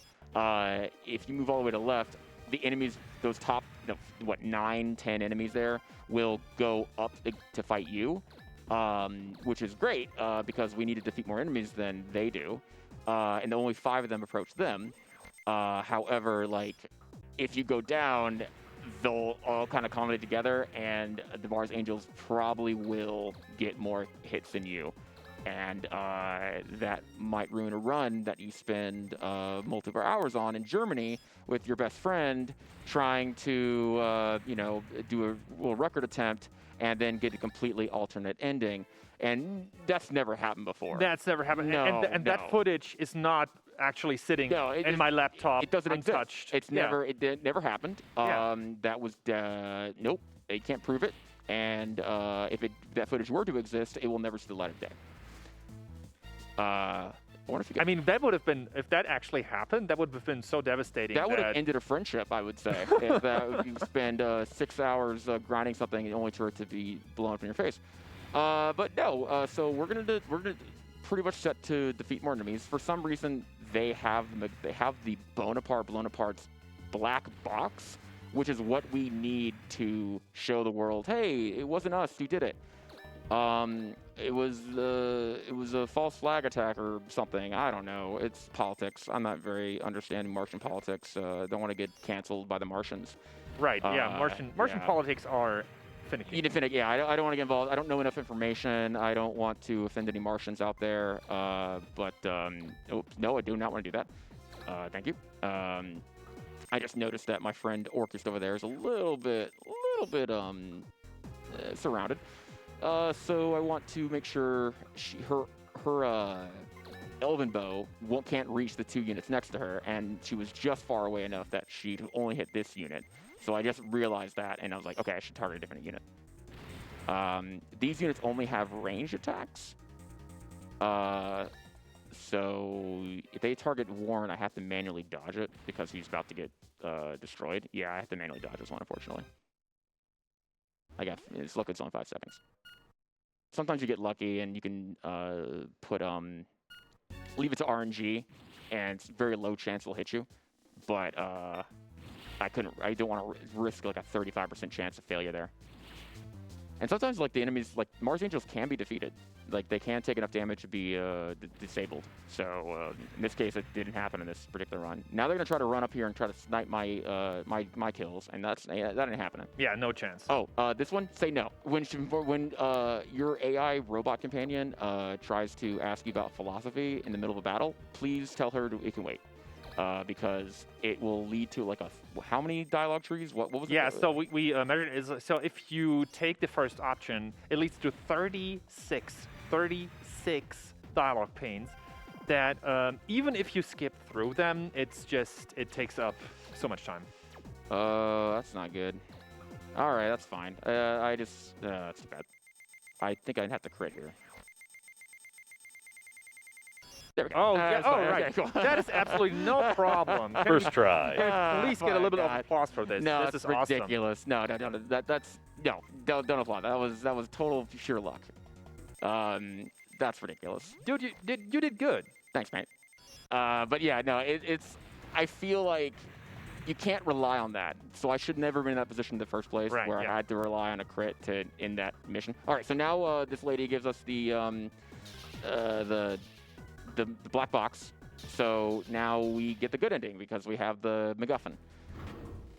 So yeah, Myona, her name's Myona Alderaan, which is efficient, accurate because she was in the Bonaparte. Both Alderaan and Bonaparte famously get blown apart. Yeah, and she's got amnesia. She's captured by this bad guy. Anime stuff happens. They gas them. They escape. She's happy to be rescued by her friends. And we will never see the Mars Angels again. They are not relevant. I don't think in any of the sequels. There's 3 games in the Zone of the Enders franchise. The 2 PlayStation games, or I guess GameCube also. And this is the one that takes place in the middle between, like, bridges the gap between the 2. But none of these characters are relevant as far as my knowledge in the anime or in its own self-sufficient story. But yeah, the Mars Angels are just a one-and-done thing. This next mission's interesting. Yeah, it's the only mission that does this. Any damage or unit you lose in this mission will affect the next mission. Because it's cruel. That's very cruel. Because normally I'm very cavalier about my health, and I don't really care. I can just, they'll respawn next mission, so who cares? Not in this particular case. So I'm going to be a little bit methodical on this one, because the next mission has 3 phases to it. So basically my health affects me for 4 whole like missions or submissions. So I'm going to try to kite the enemy in a particular pattern, and you'll be expecting a lot of manual dodges in this particular instance. I want the enemy to go a certain direction, so I'm even going to move Caliburnus as well, just so that the enemy will all come down that like main highway that you'll see in a second. And I'll go here and wait, enter. that is a scene that you asked me to optimize, right? Probably. Yeah. It's just like, how do we get these units to move in a different location so that I minimize the amount of time I have to dodge, because I want to conserve my health for the next 2 phases, or next 3 phases. So it's kind of annoying, but I'd rather be slow in this one, so it'll be faster in the next mission. Alright. Okay. Yeah, this is a television station because in the year 2173, people are still watching TV and not streaming or anything. So they called that one right for sure.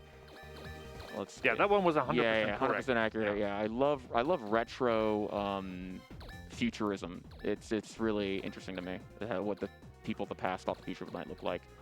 What's a TV, Captain O'Malley? I think it's a thing where I think TV stands for trans Visualization. I don't know. I've never seen a TV before in my life. That sounds right to me. Yeah. It's something like there's these big boxes sometimes. I don't understand it. Yeah. I know what a phone is, but television, never, not once in my life. They're like monitors, but worse. They're like phones, but bigger and clunkier. Yeah, like I haven't seen someone make a phone call from a television, whatever those are. Sounds terrible. The past is a terrible place. Yeah, I don't want to be in there, especially the future past. Okay, I think I'll move him just in case. I think it might be relevant next time. So this is going to be a little bit of bullet hell. I think I'm probably going to manually dodge quite a bit here. Not you, though. That's a really weak attack, and I had a really good dodge chance there. Oh, there's also a thing called... I'm going to dodge this one. Yeah, 24. Yeah, I would have dodged 42. Yeah, Sorry. it's 40. It's all good. If you are a land-based unit and you end your turn on like a forest tile or a building tile, you actually get a boost to your evasion and defense. So it's sometimes optimal to you'll see me end on a building square or a forest square because I don't want to waste my time manually dodging, and it ups my chances of dodging the RNG. It helps me in the RNG. So that was pretty optimal. I only did miss to have to dodge one attack there. So hopefully I can take this guy out in one go. That's what I'm trying to do. I'm trying to end this mission now. Can I reach him? I can. Okay, that's good. I just need to take this guy down to a certain health percentage. It's 25%. Okay. Let's see. So it looks like you could do it. Can you hit him with a nail laser? Well, the thing about the nail laser is that it takes spirit to unlock it. Yeah. So, I don't know. Now, is that a laser that fires nails, or...? It's a laser that fires from their nails. And so there's a whole thing that you're missing out here if you play casually. There's something called anime on the bottom, you'll see on the left-hand side. You can toggle that on, which I don't want to do that. It's really embarrassing. But you'll actually see the whole weird finger death punch thing. And I think the animations are pretty well done for a GBA. I like it. So that was optimal. I know what I'm doing. I'm not making it up as I go at all. I was able to defeat him in that one turn. So I don't have to do too much bullet dodging. I have full confidence in your abilities. That makes one of us. Let's get to my balances here. I want to check my balances. That was pointless. They're fine, and I don't have a garage because the next mission immediately goes to the next one. So the next one's 14. Got it. Okay, cool. And if you're smart and have the ability to retain information, unlike me, look, HBCTV. I don't know what that is. So if you are smart and know when you level up and are able to manually or mentally keep track of the thresholds when you get new another bar, another level in your dodge mechanic thing or balances, thank you, then it'd be ideal to when to go in that menu and change it. But so for safety, I just kind of check every single time. It doesn't take too long, but it'd be more fast if I didn't. All right, so now we're surrounded. They have our friend hostage. We don't like that. We're surrounded. For some reason, they arrested us in our armored units, because that's smart. Nice. So yeah. So we're gonna jailbreak, even though it's kind of we're arrested with all of our weapons intact. I mean, that's kind of on them a little bit. This is a chance to paralyze, so I'd love that. I'd love if that happened. Actually, on clear the board missions, landing critical hits that actually destroy an enemy completely saves so much time. I mean, that's pretty Well, obvious. It saves but action economy. It saves a whole unit's turn, so they can do something else, like move. We didn't mention before, but you can dodge, you can melee, you can move in melee, but you can't move and range attack. So that you kind of have to kind of plan around that. I only have a 5% chance to hit there, so my reticle's gonna be tiny. Yep. That's fine. Yeah, so you want to make sure that you're trying to be efficient with that. And because I never use her, she got 700 XP there. Because she's like, hey, you never used me, so let me just try to catch up really fast on leveling. But I'm like, dude, you're not in the cool club. I'm not gonna use you for much else. But it's action economy wise, it's better to use her. What else? yeah, and I think a while. This will take a while. It's definitely gonna take a while. We have 3 phases of this fight to protect the TV station. Again, we love television here. So if anyone has anything to add, do you have any questions or whatever, but please, by all means, happy to listen, happy to hear you out. Well, as you go about your work of obliterative obliterative destruction, I wanted to send out some thanks to the people involved in our foreign language restreams. Our French restream can be found at twitch.tv/lefrenchRestream, and our Japanese stream at twitch.tv/Japanese_restream. If those restreams can help you enjoy the marathon, go check them out. Send them some love. Huge shout out to the Japanese restream. I am a subscriber to them. I love them. I don't know why I don't speak Japanese at all, but I really enjoy watching their reactions to some cool stuff with manual dodges. Yeah, huge shout out to the Japanese restream. You guys are awesome. Right. This game also came originally out in Japan, right? Because it's an anime game. Yeah, of course. And it only way later. Konami developed. You know, this is a Konami game. This is actually a Konami game. I promise. Exactly. And like it only like way later reached the US and the EU, and like the EU really didn't care much about it. So. What do you mean? Yeah, like weirdly enough, in the US, wild. cartridges in the US sell for a lot of money. Mm-hmm. The cartridges in the EU sell for spare change, basically. Oh, okay. Yeah, I guess just different PAL. Got no love for PAL over there. Okay, all right, no worries. Yeah, I got to spend a little bit of American cash here, and that's some Monopoly money. Carrying around. I just got back from TwitchCon Paris, and I had to figure out how euros worked. Their bills are kind of flimsy, and I tore half of my $10 euro note in half. I'm like, what do I do with this? And Sphinx was like, just go to a bank and exchange it for another one. I'm like, I don't speak French. It's fine. I'll just leave it. It's not real anyway. It's fake money. But yeah, so it's oh, by the way, thank you so much for flying all the way from Germany to play this one video game with me, man. I appreciate it. I'm gonna repair because I want to make them last longer to kite some more enemies. Yeah, glad. That was like that 20-hour flight was totally worth it. Totally worth it. No, I'm not kidding actually. All right. Having a great time so far. I love to do streams with you. I love to play the game with you. I actually love optimizing this game. And good. Good. Glad it helps me out a lot. I'm so glad I came here. So glad to support this great cause we're here for. Yeah, thanks, man. Appreciate you. While we're talking about the traveling, so the lore behind like the scarf situation is I'm wearing a Greg scarf because my name is Greg, spelled the same way. So I was super excited when like I was watching like Premiere 2 Pete stream, and they were like loving Greg's sausage rolls. I just thought it was really fun to grab one of these scarves and then go to TwitchCon and like get everyone to sign it. So like I have some pretty cool, the whole community from Premiere 2. I'm wearing the Van Game Represent shirt. I got them all to sign it in Paris.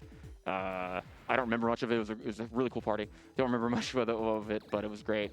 And while I was there, I'm like, hey, you're a cool VTuber. How about you sign this? So I got like Shy Lily, Rainho to bother them to sign this weird scarf. So apologies to them.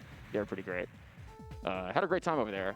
I was actually able to do like a little bit of a stream. They had like a stream set up, so I was able to actually get you on the horn and Yeah, right. I joined in remotely, and it took him 90 minutes to set it so up. long. The OBS was in French. I didn't know what to do. They just like, who's this guy? Like, I was like the one American there. They're like, what is this guy doing here? I was like, I don't know, man. Just here for a good time. Yeah, and you streamed for like 15 minutes. 15 minutes for the like, hey, Yeah. time's up. Sorry, bro. And I'm like, yeah, fair enough. You were able to do the first 3 scenes, and then it's like, okay, mine. I mean, Time's up. Nice talking to you. Bye. Oh, I Yeah. got lucky there. Like, there was a 53% chance of him automatically hitting me. I don't. Yeah, now that's I'll dodge it. I'll dodge it because there's 2 more scenes to come up. I'll probably keep her alive for 1 more turn, just to get the enemies down to the chaser because she's such low health. phases. Yeah, Phases, 2 more sorry, phases. Yeah. phases. I'm curious what the next one does. Okay, good. Okay, I probably can I tank 1 more hit? No, I cannot. So I could have risked it and took a 53% chance of, 47% chance of manually getting this dodged by RNG, but no, I kind of want Phil alive, even though I give him a hard time. He has a repair ability, which is super dope. All right, let's do the attack here. Let's get the absolute done here. I would love for this to be the.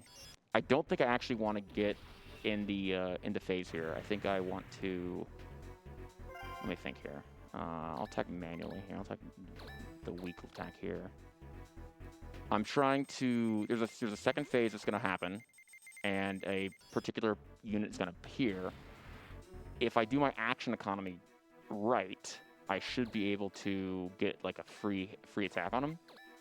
But we're getting down to the last couple units here, so I kind of want to end the turn with like one enemy unit alive, so I can take out.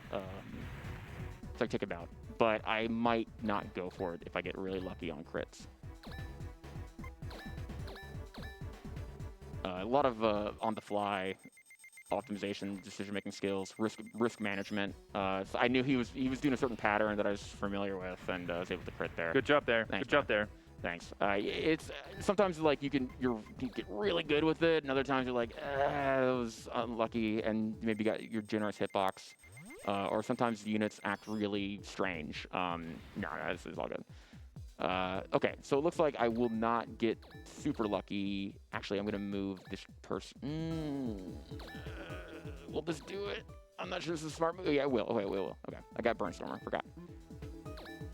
So I'm just trying to optimize my my movements, my attacks. This should take him out. Okay, no, it did not. Oh, okay, it's okay. It's okay. It's okay. Let's do an attack then, and I'll probably sacrifice Phil next round. Oh, whoops. There we go. All right, so making progress here. There's still a little time until the next scene, so Yeah. there's probably some time for some comments. Yeah. Yeah, you can take Phil. That's fine. All right, cool. Well, Twitch chat, do you think we can get some crit hype for CaptOMalley? Let's lend him here energy. I saw that cool emote y'all have. It's pretty great. He deserves it. He deserves No, he crits so much. Like in the practice run. Oh, that was risky. Whoops. Oh, okay, that doesn't count. That's not a penalty against me, but that was definitely not intentional. I forgot to turn on IAS, but I accidentally took the RNG route of getting hit. You saw it was much faster than like dodging, like trying to aim manually. You save a couple seconds there, but it's up to RNG if you hit, not skill or luck. So, or entirely up to luck. So in that particular case, that was not intentional, but I got lucky there. So thank you, RNG. Thank you, RNGesus. Yes. Praise be. Boy. All right, so we're getting close to the end here. All right, so now I'm hoping I'm able to take this guy out in one go, but I might just be just shy. Let's see what I can do here. I'm going to move. Hopefully I get some good attacks with him. No, it's not. I hope he unlocks something else at this point. I know. Let's see what attacks we have here with Testament. that actually might just be enough. Yep. Oh, okay. Some dialogue because main characters attacking the main villain. Come on. That should be it. Yeah, that's it. Okay, cool. Go. Nice. Okay, cool. Nice That was work. optimal. Yeah, that was, again, entirely intentional. Totally planned that. I know what I'm doing. So, yay, great. The mission's over. No, it's not. Cutscene happens, and they're talking about they're in the TV station conference room, talking about stuff. Justine's father's here. The guy, she's back on there. We didn't destroy the Alderaan. We didn't destroy the Bonaparte. The orbital black frame did it, who may or may not be piloted by our childhood friend / brother character. I don't know. We don't know that. I don't know. We don't know anything It's basically, about I that. forget the guy's name, but remember Evangelion, where like it had that that main one of the pilots was actually secretly the boss. Like he was an angel, but in human form. That's basically Ares. All right, cool. So we spawn back in the same map. We keep the same health, and any units we lost are gone, which I believe was only just Phil. And right now, we used to have Vijaya. I wonder where he went. Weird. He was just here a minute ago. Curious. I wonder where he went off to. Okay, but he probably has good reason. He's probably just, doing some side mission we just don't know about. He's on his state-mandated water break. Right. Yeah. Right, yeah. He's taking a mental health break. He's taking time for himself. I respect it. Yeah, he's definitely not going to betray us or anything. No. No, that would be rude. So these are small, like, kind of drones. They're very flimsy. They don't really take that many hits. No. To, I should be able to take him out one attack per, but the thing is with them is that they can't move and attack, and they only have a range attack. And again, if you move, you can't attack with range. So they can go right up to me, and they should be pretty much not a threat. I'm even going to move Caliburnus up here a little bit because there's just so many units on board, or on screen. This is another interesting take because our main mission is just to defeat that boss in the top right-hand corner. Top right-hand corner. But because there's so many units on screen and I can't really waste time dodging because they're going to whittle my health down, it's more optimal to start attacking this giant blob of these drones. So I'm going to start working on that. That also depends on the mission. There are some missions going to come up where, action economy-wise, it makes more sense to avoid attacks completely, right? Or like trade them in for dodges. But in this case, it absolutely just makes sense to try to start taking them out. Yeah, taking them out one by one. Because that only took me like 0.65 seconds to take out that particular enemy. But when they attack me, I have to dodge for like a whole 8 or so seconds, which again adds up over time. And it's a unintentional side effect is that you get the farm for spirit. You get the farm for that resource to get the good attacks, which I'm going to need against the boss, which is a heck of a tank. He hits like a freight train, and he is super tanky. 10,000 health for the first phase, and then 20,000 health for the second. I can dodge. Yeah, good. You heard that right. So when we destroy that boss unit, it will respawn with double the health immediately. Yeah. No rest. And one of the mission failure parameters is that if the boss reaches the television station, so that's not great. I only had 23% chance of getting hit there, but it looks like they hit him twice. So I'm gonna have to manually dodge when they target Justine again, which I will do because I would like to keep them alive because they hit really hard. So that's going to waste some time, unfortunately. Nothing much I can do about that. RNG is just not kind to me. Oops. There we go. Bad input. Let's do... The RNG giveth and the RNG taketh away. Yeah, pretty much. I've had really good runs where, like, the RNG was really kind to me, but, like, I missed things I should have got. I've had RNG happen where, you dodge, like, a 95% chance of them hitting you. You somehow are able to dodge it. It's really unfortunate. What I should have done beforehand was given Justine a item. if I gave him the repair item, if we had that on him, I could have used it for free there and taken more risks. So I'll take the next, when I upgrade my units, I'll take the time to add, oh, thank you. Oh, thanks. okay, yeah, oh, yeah, please. Bye. All right, by all means, take out Caliburnus. Okay, this one I will dodge. Okay, 4 seconds, not bad. Only 23%, but still. I'll take that risk, yes. And also very easy to dodge. Yeah, 4 seconds, not too bad. Now, this guy cheats. He can move and attack range. He didn't do it that time, which I'm very grateful for. I'm going to go ahead and just get a free hit here with Caliburnus. Semule. I've only seen the name written. I don't actually know how to pronounce it. Semule. Semule? I don't know. Something like that. So that didn't hit. That didn't. Yeah, Calamity. I'm going to go ahead and start I'm going to start whittling away at this guy. He has 3 critical points. And they're huge. Wow. And they're huge. Right? So he's one of the easier guys to take out. But it's good because he has 1 million hit points, and then he's the second phase with double that. So let's. It's more optimal to get these crits. Wow. Yeah. So just to say, that never happens. we gotten pretty lucky with these. Usually, sure. So in this scene, we never hit those points. I've practiced a little bit since then. I don't think I actually need. I don't think it's.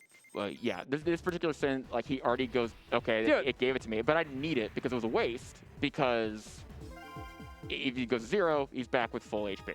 Now, I don't think I'm able to get to him now. So what I'm going to do is I'm going to just go ahead and take the free hit here to save some time. And I probably will manually dodge with Justine both times because he just does so much damage. I'd like to keep him alive because I think it'll be faster for my turn. All right, so you'll probably move? He's going to attack Justine probably with the range. Oh, okay. Yeah, I'll take that. That would have one hit KO'd me, but I don't. With Rasma, I don't really need him that much. Let's see if I can do 20,000 damage in one go. Okay, let's see here. Do I get a ZZ grenade? That'd be really sick. Thank you. All right, cool. He just got in the right position. He looks scary. Nah, not too much.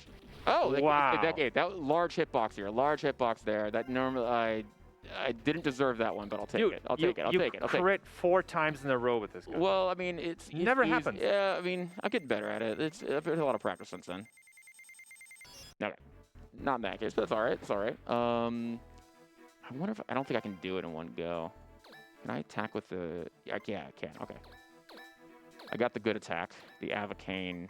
I can't pronounce that. I've only seen it written. I have no idea how to pronounce any of these items. It's like Avalanche and Cane. Yeah. So, again, if you're like playing just casually, you just gotta hit him anywhere in the hitbox. Here's a Nair laser. We unlocked that 1 million years ago, and comes in super handy now. Yeah, now he's in range. Not quite. Not quite. It's all good. It's all good. Not quite. Yeah. And I'm going to see if I can hit. I can't. So I'm going to move. Hopefully they attack Caliburnus. I would love them to attack Caliburnus. Thank you. Perfect. Just, take Goodbye. that. Goodbye. Goodbye, Caliburnus. I miss you. And I'll dodge this one manually. I probably actually didn't need to do that. Maybe. I don't know. I'm just trying. They don't hit that hard. Yeah, I'm trying to calculate. Well, he would have taken him out if he did hit me. But I'm trying to make sure I end this fight. Wow. Actually, no. B. I would like to get the last hit with Testament. So I'm going to do a little weak hit to make sure I actually do enough damage to take him out with Testament. So I'm taking a little bit slow here, but good, perfect. That's fine. Not a lot of damage, but that's okay. I would like to get the last hit with Testament because that will probably power level. Again, my goal for like 5 hours from now is get Testament overleveled. Wow, Cool. and you crit again. Which I didn't need to in that case because he was just in a wild We should have put a donation incentive up for the critical I'm glad hits. we didn't. I'm glad we didn't. Where have you been, Aries Vijaya? What's going on here? He's here to rescue himself, and his friends. Oh no, the orbital black frame came up. He's going to fight himself and die trying, but my brother, oh no, where have you been? Okay, cool. So now I'm going to go to the garage. I'm going to give Justine the repair kit. Probably give the booster for now, and I'm going to hold off of that. Okay, that's fine. Let's go to the weapons. I want to give Justine another hit in the... that's good. Let's do... That's probably all I need for that. And I'm going to upgrade the lane a little bit. Just 2 of these will be fine. And let me do LEV. I'm going to give him a little bit more health. Perfect. That's probably all the health I need for the entire run. And let's go. Forgot to adjust the balances there, but I don't think that'll matter too much. Remind me to do it next mission. I will. Another one is clear the board coming up here. This music box keeps playing, and you got to mash A through it because it will. It just stops the dialogue fast forwarding button. Right. Because it's too hard. It's too much for the Game Boy Advance to handle. We don't like that. All right, cool. It goes into shock, and now then we have to wake it up again. Where do you think the story is here? Because I have not really. I'm just trying to speedrun this game. Where do you think we are here? That's a good question. Yeah, like we're on Mars still, right? We haven't left Mars, right? Yeah. Okay. This wouldn't make sense. It's called the Fist of Mars. Ooh, I actually like this mission a lot. This mission is a 4-way fight. You have the local rebels, again, who have LEVs for some reason. And you have the, not protesters, but civilians, who even the local militia are against. And then you have these Earth forces that are here. And now you have they're fighting each other, and then we're going to show up and just ruin everyone's day. But ideally, I want them to do some of my heavy lifting for me. So I'm going to position myself in a way where the enemy units will prioritize attacking each other and not me. And I think that is determined based on where I am moved, where I place my units. And if they can't reach me, they will not come after me. If they can reach me, they will come after me. So I'm going to move kind of, if I have it memorized correctly, which is entirely possible I don't. I'm going to, hopefully we'll see them take a whole round, not attack me once, and attack each other. Let's see what happens. And if they hit each other, it's totally random. I've had them do 0 damage to each other, like avoid, they're constantly dodging each other. Ideally, they hurt each other quite a bit to help me out a lot. Let's see here. So far, so good. Not too bad. Yeah, it looks like the enemies are moving towards each other. Yeah. So let's see. I'm curious what the green army does. Good. Please attack. Good. I want the top green unit to move down. Yeah. Okay. Perfect. That's exactly perfect. I only would have changed one thing. Somehow the enemy unit was able to get me, but I was able to dodge it. No problem. All right. So let's try to start working on these folks.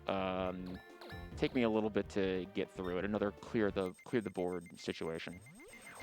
And other than this 4-way situation, this is basically just a regular clear the board mission. Yeah, totally clear the board mission. What is your favorite mission to route that you've done so far? Oh wow, that's a really good question. Never thought about this. Okay, I'm glad to put you on the spot right now. Sorry, I think the most fun result for the route, the most fun route is the one in scene 24. Oh yeah, that was great. That is going to come up. It's going to be super fun. I love this route actually. I'm pretty proud of the route of the. I have no idea how you're able to find scene 24. I don't know how you did that. That was awesome that you found that out. that was. It took me about 4 hours to find that route, but it was not a 4 hours to save 2 minutes or whatever it was. What the return ratio is not great, but we'll well. take it. It saves a lot more than that. So at the time, it saved actually 10 minutes. Oh wow. So, Okay. Yeah. Cool. So it's pretty good. Come on. So that was fun Right, to right. route. I think the last mission 25 Mhm. is absolutely amazing. I love it. I love that route. But it's scary because if you get one thing wrong, oh boy, it's a clincher. It makes you feel you lose minutes, Yeah. and you know you have to sit through it. And okay, I don't know what's happening. Here. This is not normal. I've had playthroughs where I've gotten 0 crits, so I don't know if I just gotten better, or if it's just RPG marathon luck or whatever. Well, normal marathon luck is bad, right? I don't know. I'm new to this all. But again, okay, but back to scene 25. Oh yeah. Yeah, it is absolutely a clincher. There are some parts in there where you need to dodge, and really the whole end of the end of the scene depends on you really carefully dodging those attacks. Mm-hmm. Yeah. So you hear that usually when, like, in the last scene, we both go very quiet at certain points because we're like really like. I am doing my best when I go quiet. I'm like, oh, please don't mess this up. Your mom might watch this. I don't know this. But I'm very. So far so good. Not too bad. I'm gonna start whittling away at these folks on the left-hand side, the right-hand side. I know my left and rights. Don't at me. So Zathian, if you want to add anything, this is the Now's time. the time to do it, but you're gonna have a lot more times to add anything if you have anything to add, my friend. Now's the time. I always got plenty to say. Yeah, I just wanted to let everybody know who might have come in recently that RPG Limit Break 2023 proudly supports the National Alliance on Mental Illness, aka NAMI. To get involved in the fight against mental illness and the stigmas it can bring, reach out to NAMI via their state organizations or on Facebook, where they can be found as NAMI, or on Instagram and Twitter as @NAMI Communicate. It's not a weakness to need help. Please reach out if you think you need help, as 1 in 5 Americans live with a mental health condition. Facts. It's actually interesting. I don't really talk about this, but there was a situation in my family where we reached out to NAMI, and they were a great resource for us personally. So I'm very happy that I get to support this organization. So again, thank you, NAMI. Love you guys. Also, shout-outs to my workplace. This entire marathon, I work remote, so I was able to negotiate with them oh my gosh, I was able to negotiate with them some time to take some time off to finish this run. It's so long. So shout out to them. I'll be at work soon, I promise. Oh, whoops. Sorry, microphone. This looks really good so It's far. not bad. I mean, it could be much worse. I'm going to ignore that local server. I do not need it. There's actually only one more local server we're gonna get. Right. It's like we only get 2 of the whole. It's interesting mechanic. They only that was a missed opportunity. There's only 2 that we actually need, and it's debatable if you need the nail laser. I just think it's so useful that I kind of like, why not get it while we're at it? You could save a minute in one level if you didn't get it. But I think it would cost me more than a minute down the road. But I can't empirically prove that. But Right, and like previously, I touched upon the category, the any percent, and that was thinking about run, what a full 100% run would look like. Know.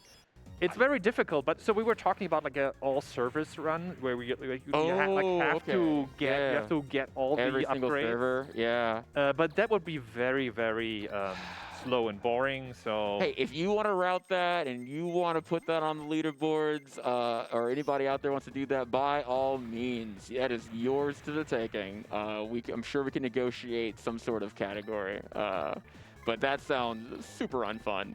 But by all means, go for it. Yeah, please. We welcome anyone who wants to route anything here, help us out with our optimization. For sure. Again, Yeah. raise our community from 3 to more than 3, please. That would be sick. And that's another reminder that the bad ending route is just a free world record for the taking. Take it. I don't want it. Yeah. That's fun. No, because well, I was gonna route it. I was gonna start working on it, but then our run got accepted here, and I have to be very careful with my time management. So I was like, I kind of like have to focus on this run, making it good. Yeah. Oops, bad menuing. Okay, cool. Yeah, so like I just gotta make this one look good. So I've been focusing on this run instead. Again, there may or not be footage on a laptop that we could submit, but I respect myself too much for my own well-being, and I don't want to relive that. So real talk about that footage. O'Malley visited me in Germany, and we were planning on doing a run, and we had like in the beginning a really good run. Like we were PB, we were gold splitting. It was great. It was absolutely awesome, and then we reached the specifically scene 12, which is the turning point for the whole game. As far as we know, I know PMC would disagree with that, but yeah, and we did that bad move we talked about. We moved all the way down. So Testament I did it. I changed the route on us. That was totally on me, mate. Again, if that happened, which we can't prove did or not. Right, but no, I'm like real talk. So and yeah, that drove us into the bad ending, and I personally watched the whole I was with you for a long time there. I at some point I went to sleep, but I watched the VOD of the run, and I have to say, from my personal perspective, get that back. Get those back. What happened there? I lost my notes. Okay, that's bad. Because for some reason Chrome just crashed on us. I'll take care of it. I need my notes for this because this is precise movements. I'll take care of it. I think it's left -1. Don't worry. I think it's left -1. It's the splits, it's the guides. I think it's left -1. Chill. It's all good. It's all good. I got you, bro. So this one I'm gonna be quiet for because there's screenshots that I took that are. Why did Chrome crash? That was wild. So yes, that's left -1. I got that right. So I need to do precise movements on this to limit enemy spawns. If right now they're on stealth mode or whatever, and I just need to defeat that one person on the left-hand side. We've routed this, and if I move precisely on this grid with this particular character, I'm able to avoid basically all enemy spawns. Down all. No, it's No. I already did that one. I already did the one. Oh, one, two. I'm here now. Yep. Okay, we're good here. I don't care about Justine. Sorry, buddy. And now I go. I thought it was 1, 2. Left 3 down. Wait, hold on. There we go. Left 3 down 2. Perfect. Okay, good. And I should be just in range to hit the boss with my Elven Bow. Let's see what happens. We'll do a fast split here, or a quick change here. Excellent. All right, cool. I'm just in range to do this. I should be able to get him. All right. And for some reason, I only need to defeat him. And nothing else happens so far. No. Yeah. It's just, so usually you walk through this with your units, and a bunch of other trigger points get triggered and spawn new units. But for some reason, if we take this exact route, we just skirt the enemy spawns and able to blow through this level really quickly. And now that we defeated that particular person, the armed leader, all the enemies that we dodged that didn't spawn are now spawning. It's like, oh man, we got so much to do. We got to defeat all these folks. Don't worry. Story thing will happen. Nadia, the person we didn't destroy in the prison break, she's now piloting the Vijaya since Ares disappeared or whatever. His orbital frame got destroyed, but he the orbital frame's fine, but he somehow disappeared or passed away or spoilers. He's fine. Let's do this thing. Great. So yeah, we were able to quickly defeat that because we had precise movements. There will be 2 or 3 more missions. It's music box every time. There'll be 2 or 3 more missions where there's precise movements that I have like screenshots that I think are optimal. That I'm going to try very hard to focus on because if you go 1 square left or 1 square right or off, it changes the whole flow and changes the whole route, which I probably can recover from, but I'd rather try to avoid that. It's much faster this way to just avoid enemy spawns. All right, this is the same map, I think, and now it's one of those defeat all units on the board. Yeah, clear the board. Mhm. It's a clear the board mission. Takes some time, and Yeah. Yeah. And now we're just chilling. Now we're just playing the game. This would almost be as similar to a casual run. You're just trying to menu as fast as possible. Oh, there's Ned. Didn't we defeat Ned? Wasn't it the first person we destroyed and then defeated? Changed a cage in his robot. His AI companion, Farcity, I think is pronounced. Yeah, so Ned's back. He's the worst. Almost as worse as Phil and the character. But we're going to try to take him out really fast. Luckily, he's just right there, so he's in perfect range for us to just body him.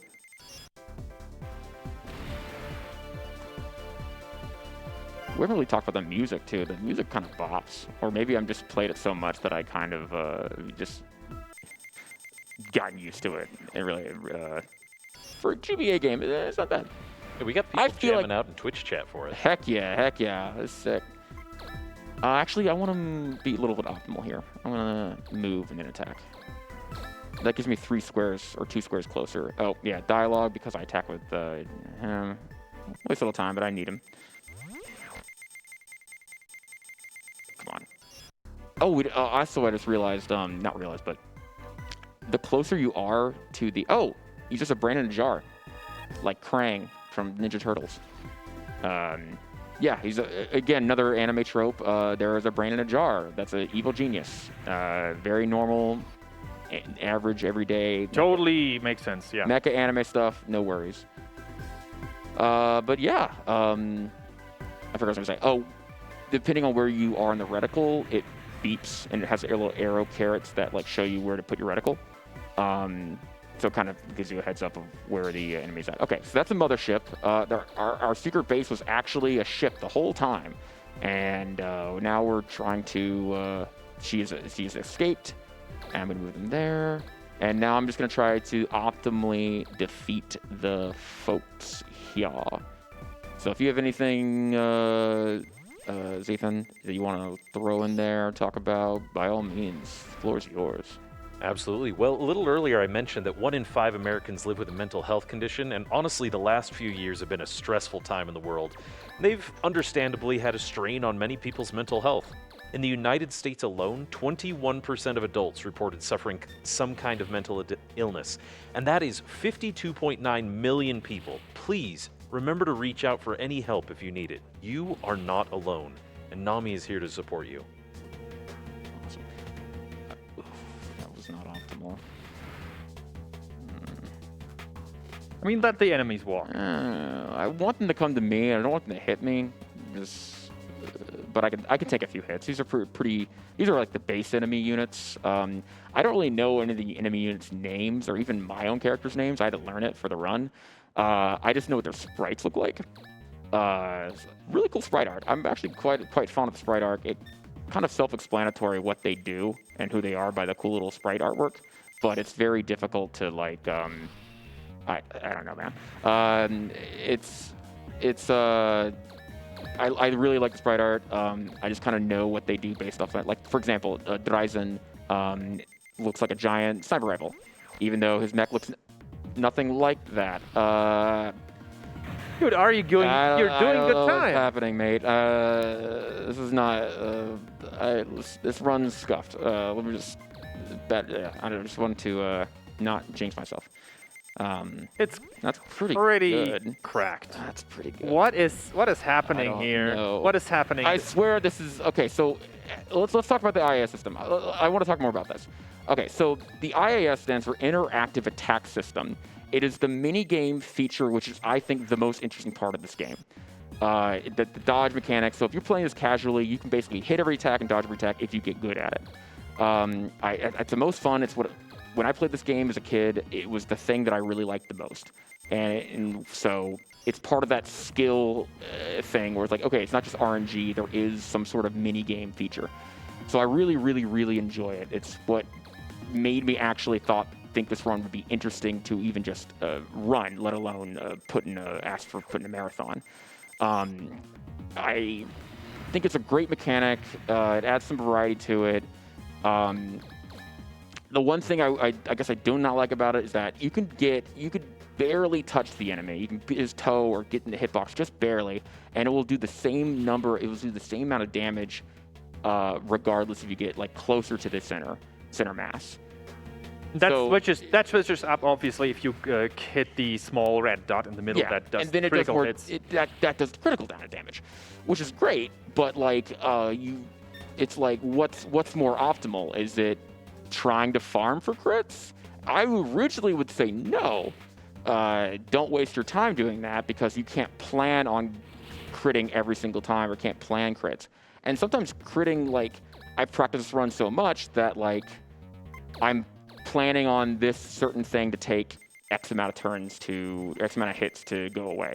So if I did it earlier, sometimes like what do I do now? I didn't know I was gonna get the defeat there, kill there. So like, what do then I have to on the fly route it. So like it basically takes all that effort you put into it of like, here's what you do in this situation, and it kind of throws a spanner in it because it's like, okay, that would have been optimal if I didn't crit, but since I did, that kind of changes how you route the game. But to be fair, so the routes I usually take don't include any critical hits. Right.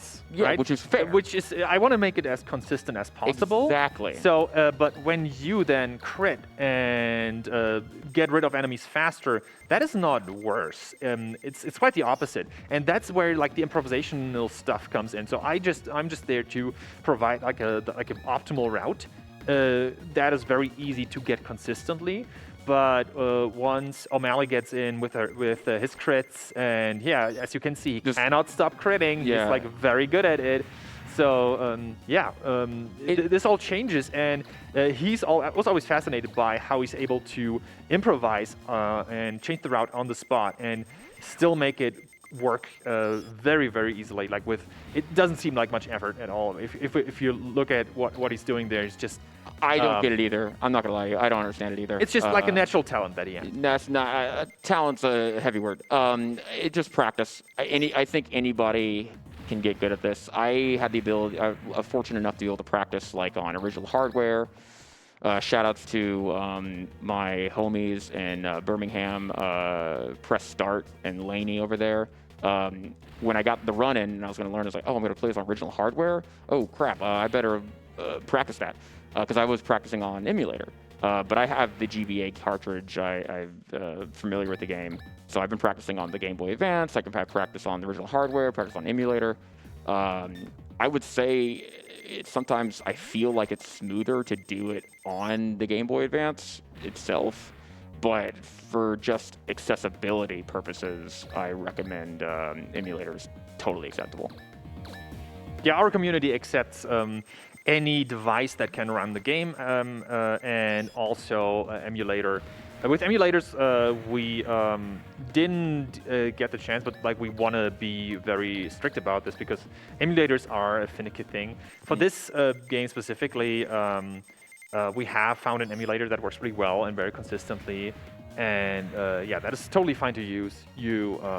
You don't need to buy. You don't need to go on eBay and hunt down overpriced cartridge that's out of print. I looked on eBay for all the original. Like when I got in, I was like, okay, well, how much was all the original hardware cost? And the Game Boy Player, the GameCube, and I was like, oh, that's a little outside my price range. But yeah, we're very open to accepting any if you can get the game running, we'll take it. I don't see any issues with that. It should be okay. Cool. I think that's it. Wow. Okay, that's good. Looks like a good time. I'm going to confirm I have all my balances correct, and I'm going to. Yeah, I did give him a booster already. That's fine. Okay. This next mission, I'm going to hand it over to anybody who wants to speak that's not me, because it is very specific movements that I have to do to avoid enemy spawns. So I'm going to hand it over to literally anyone. Yeah, I think I'm literally anyone. You are part of that. Absolutely, yeah. Fantastic. Well, we've talked a little bit about incentives and prizes. For those of you who are new, this means that you get to vote with your wallet to name characters, get our runners to complete difficult or ridiculous tasks, or help pick which story you get to see in certain games. You can also become eligible to win prizes donated by the community members, and all donations go to NAMI, the National Alliance on Mental Illness. For more information, check the channel bio for a link to the 23 tracker. Excuse me. All right. Freedom to Mars. Martian Independence. Love to see it. Looks like it was like a Gundam plot too, that feels like to me. I haven't seen Gundam Wing in a while though. Yeah, this is one of those missions where we have to really focus and get our whole attention on the screenshots we have in our notes, because the placement of our units is essential here.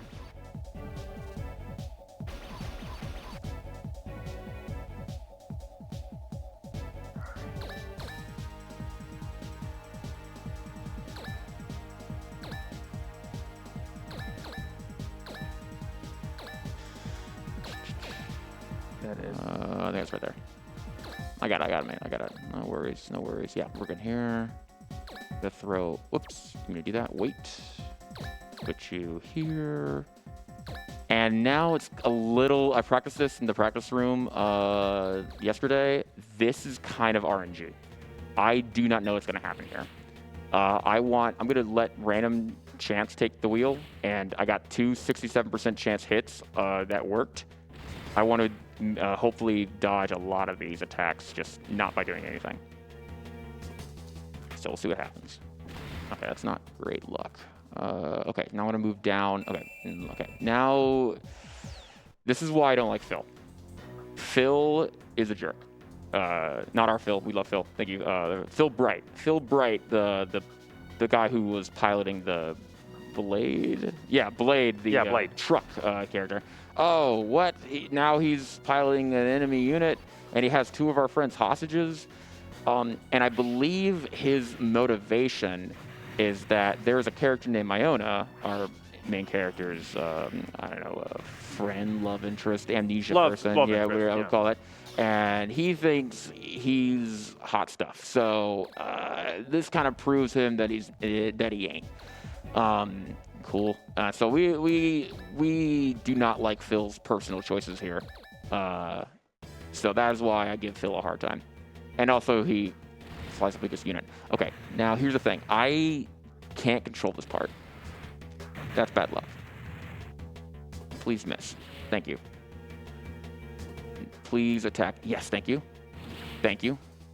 Thank you, RNG. Oh, perfect. Okay, good. All right, sometimes if they can destroy units, they come after me. Okay, now I want to, excuse me, one second, mate. Oh, no worries, mate. Move you here, thank you. And I think I'm, okay, yep, here. Cool.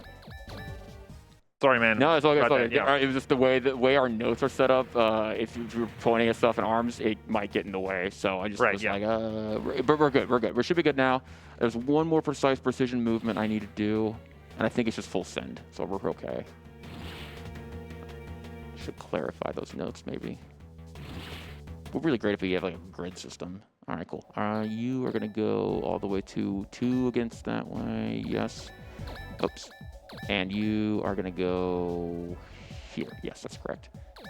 So while I did take a little bit of time to make sure that movement was precise, that will save us time. Because believe me, there are enemies lying in wait that I do not want to say hi to. They are not my friends. There's so many enemy triggers in this, and there is going to be another mission coming up that is very similar. I think like one more maybe. Yeah, one more. That's like this, where enemies are lying in wait. So we're just in range to attack. Then Phil's going to do something I really don't like. Dialogue's going to first unspeakable dialogue, and he's going to destroy 2 of our friends. Don't worry, they're fine. Apparently, units respawn. Dang it! I was hoping for a crit there, but that's all right. That's all right. They just grab a new LEV out of the warehouse. It's fine. It just fixed itself. You know, it's like a long rest in D&D. You're just 8 hours of sleep and you're back to normal. $5. Okay, all right. I should shut up. I should stop talking. Yeah, he accidentally turned on the IAS when he didn't want to. I didn't turn it off. I should have turned it off, but like, I was too busy talking. I hope Twitch chat is counting. I think it's 2 so far. Yeah, I was about to say that's number 2, if I'm not mistaken. Hey, that's not bad considering how far we're on the run. I'm not mad about that. Not bad. It's all for Nami. I want to mess up. I want to mess up for charity. It's fine. It's for charity. Speaking of charity, got time for a quick donation? Oh my gosh, yes. Fantastic. We've got Yando that has donated $5 and wanted to say, got diagnosed with ADHD, anxiety, and depression 2 months ago. Took me a long time to even do the first step and ask for help. Took some time to get diagnosed and get treatment. On a good way now. With this small donations, I hope to support people who are not yet who not yet were able to get treatment. To everyone dealing with mental illness, don't be ashamed. Reach out to friends or professionals. Ask for help. And they also say, greetings from Germany. Shout out to Sphinx Core and CaptOMalley. Thanks, mate. Greetings back to Germany. Yes. Speaking of ADHD, I'm 31. I got diagnosed with ADHD at 30. Didn't realize I was living life on hard mode the entire time. I can't believe I graduated college not knowing I'm undiagnosed. So I'm quite happy that, yeah, absolutely 100%. If you think you might have something, go talk to somebody. Reach out. You might learn some information about yourself, which is pretty sick. So shout out to anybody not knowing, living life throughout that. So I have quite a kinship with that donator. So thank you. And anxiety and depression. Yeah, I feel you, bro. All right, so now we are on scene 19, Clawing the Red Earth. Our notes are literally 3 lines. I think we were half asleep. Yes. Because it's 19, right? So it's not like the most interesting. We're already half asleep. It's 7-hour time difference now because I've moved to Central Time Zone. So we're like, just do your best. Literally notes. Just keep going. You're doing great. Yeah, it's clear the board, adjust balances after, upgrade the text you use the most. That's just the three things. That's all we got. And 2 of those are just not even relevant. Right. those are things that we just do every single time anyway. So yeah, it's basically 1 line that matters. It's just the objective of the scene. So yeah, we're like at this point we're usually half asleep, and then we wake up again after this scene because it really picks up, really picks up. So I've moved there. I don't use all my movement because I would. Yes, I'm trying to do this. They can move, they can't attack me, and I'm just 1 square away from them being able to melee me. So that saves us time because we don't have to waste time dodging or make it like it also limits errors. Let's say forgetting to turn off the interactive attack system. Because, that would be embarrassing if you forgot to do that. Never happened to me before. So 9% chance to hit. Vertical's going to be tiny. And it's crit. Not sure that was necessary. I actually would like to stop a little bit. I'm kind of wasting frames because it's going to take 2 attacks anyway to defeat some of these units. So I'm going to try to start, trying to just get in their hitbox and not crit because that's lost frames there. It has a little animation. I'm going to do the grenade. Let's see here. Yeah, simple clear the board mission, so just throw everything at them. Oh yeah, just do a crit. I didn't need that. My base damage was enough. Please stop. You're just doing it for the swag now. I swear I'm not trying to show off. I'm just like, I'm actually kind of like, please stop. It's a little much. A little much there. But I guess it's good practice. Because it's, watch me crit when I don't need to, but like absolutely botch it when I absolutely need it. Okay. Leave it on. All right. I do 2,808. I only need to do 2,800. So I just do just enough damage. He's just the right level for me to one-shot some of these folks. So I'm quite happy about that. There is probably an optimal way to, like, say, route it, but, like, that's a lot of variables, and things change all the time. I don't know if it's worth time and energy when we could be routing something more effective. Right, it's not the most interesting mission. I mean, it's much easier to route missions that are very strategically interesting and very complex. For example, the one mission where there's a four-way fight going on, that is something where I would say, okay, this is very interesting for me to route, because there are a lot of things that you have to keep in mind and a lot of like randomness, because the enemies attack each other and you don't have any control over that. If they hit or not, you have no control. Right. Yeah. Unless there's some sort of hidden mechanic that we just don't know about, that'll be useful to do that. And if there's a way to skip cutscenes, my gosh, I would be quite thrilled about that. Yeah, please, someone else, please. Someone, please help us.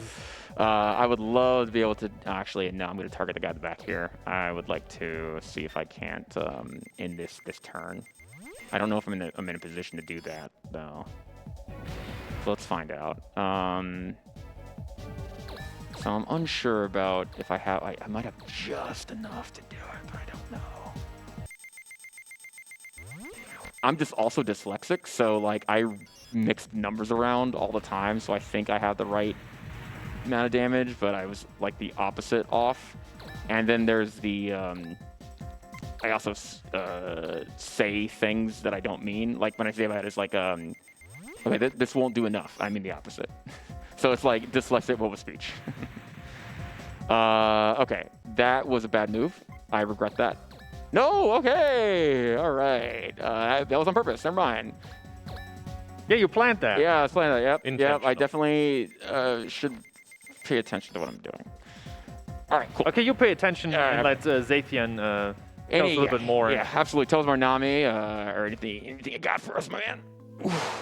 Well, we did have an anonymous donor. Wow, that's really hard to say. An anonymous donor. An anonymous donor who wrote in with $5 saying, you know what, I'm going to say it. Why no Zone of the Beginners? Okay, so the HDMA wants to talk. Okay, so Enders, right, is a derogatory term for people who live on the end of civilization. So the people who live on the moons of Jupiter and on Mars themselves are the Enders, of the frontier of human civilization. I guess the Zone of the Beginners would be Earth, or Luna, the moon.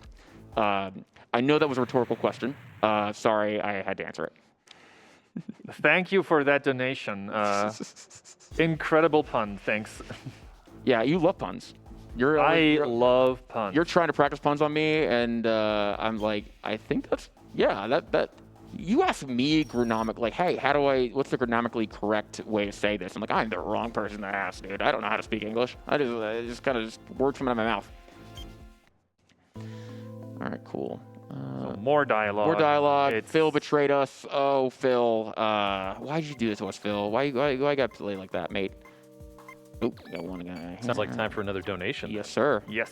All right, we got Zegby donating in with $10 saying, I loved playing this game when I was a kid in high school. It's so great to see there's a community keeping it alive.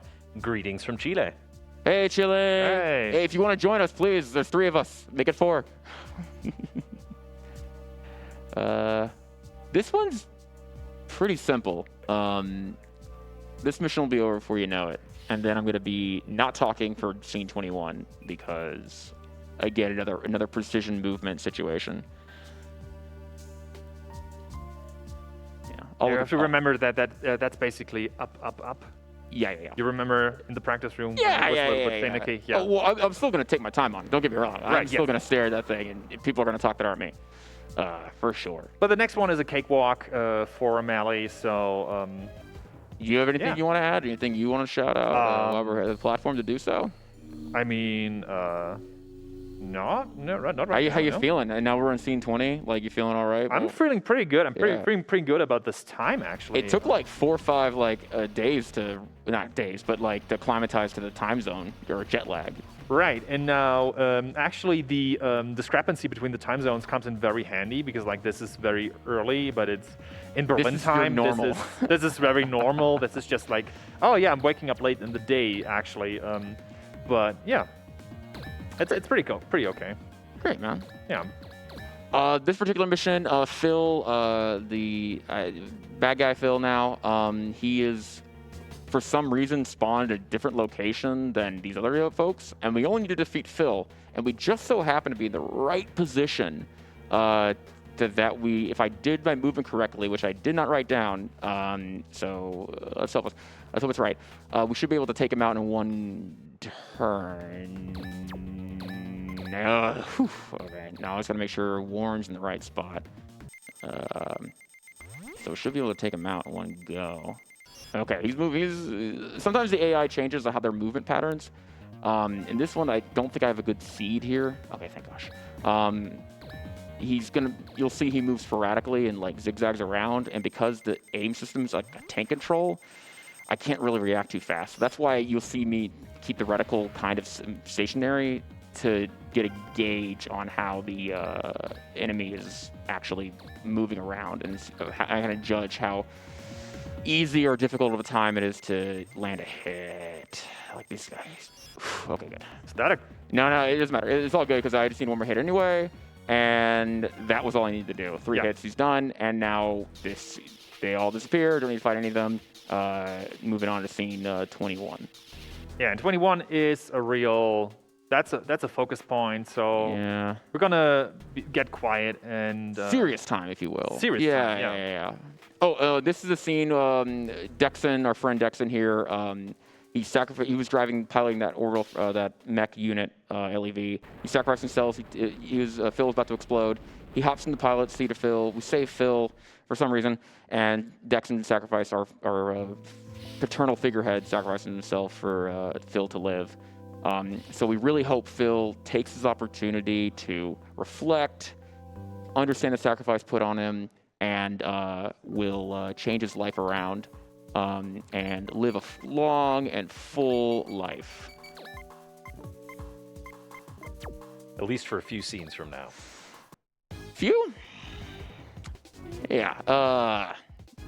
Immediately in the next scene. Okay, so this one's super duper complicated. I'm gonna let you try to explain it, and I'm gonna shut up. Yeah, so the way we'll try to explain it is by actually like waiting and like basically showing off what O'Malley is doing here.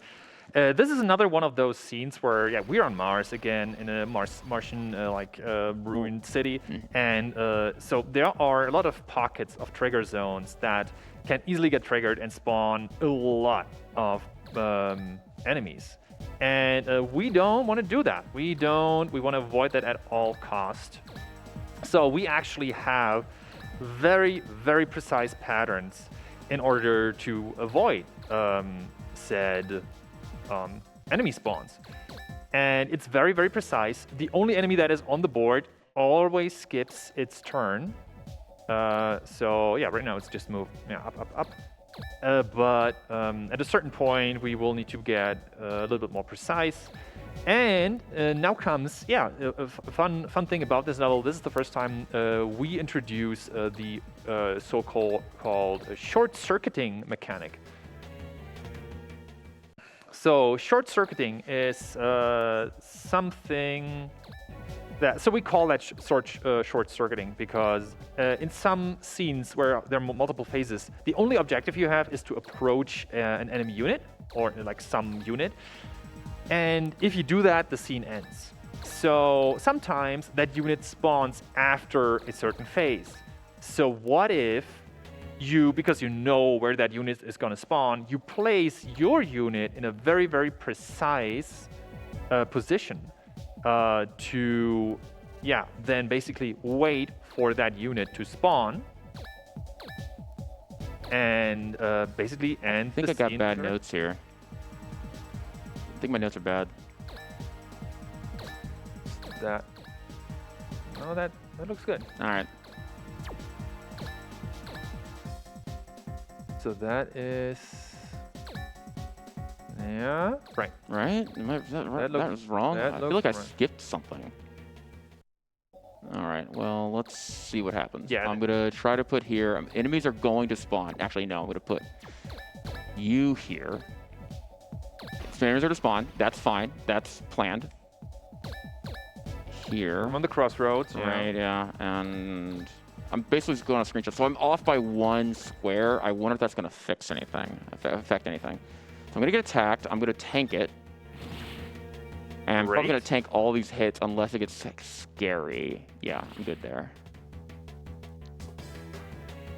Good here. I don't think Warren's going to have enough movement. I think I'm going to be 1 square off, so I'm probably wasted a lot of time there. But you can switch around the positions of. Yeah. All good. All good. I was 1 square off, and I was still like just enough. That was, I gotta look at those notes again. That's fine. Okay, we're good. Okay.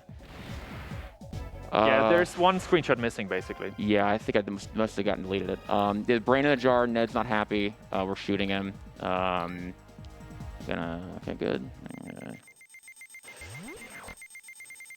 Let's get over here, mate. Okay, we're good. And I would like to get the last hit on Testament anyway, so I can level him up a little bit. And if I positioned Vijaya in the right spot, this should be it. If I did it correctly.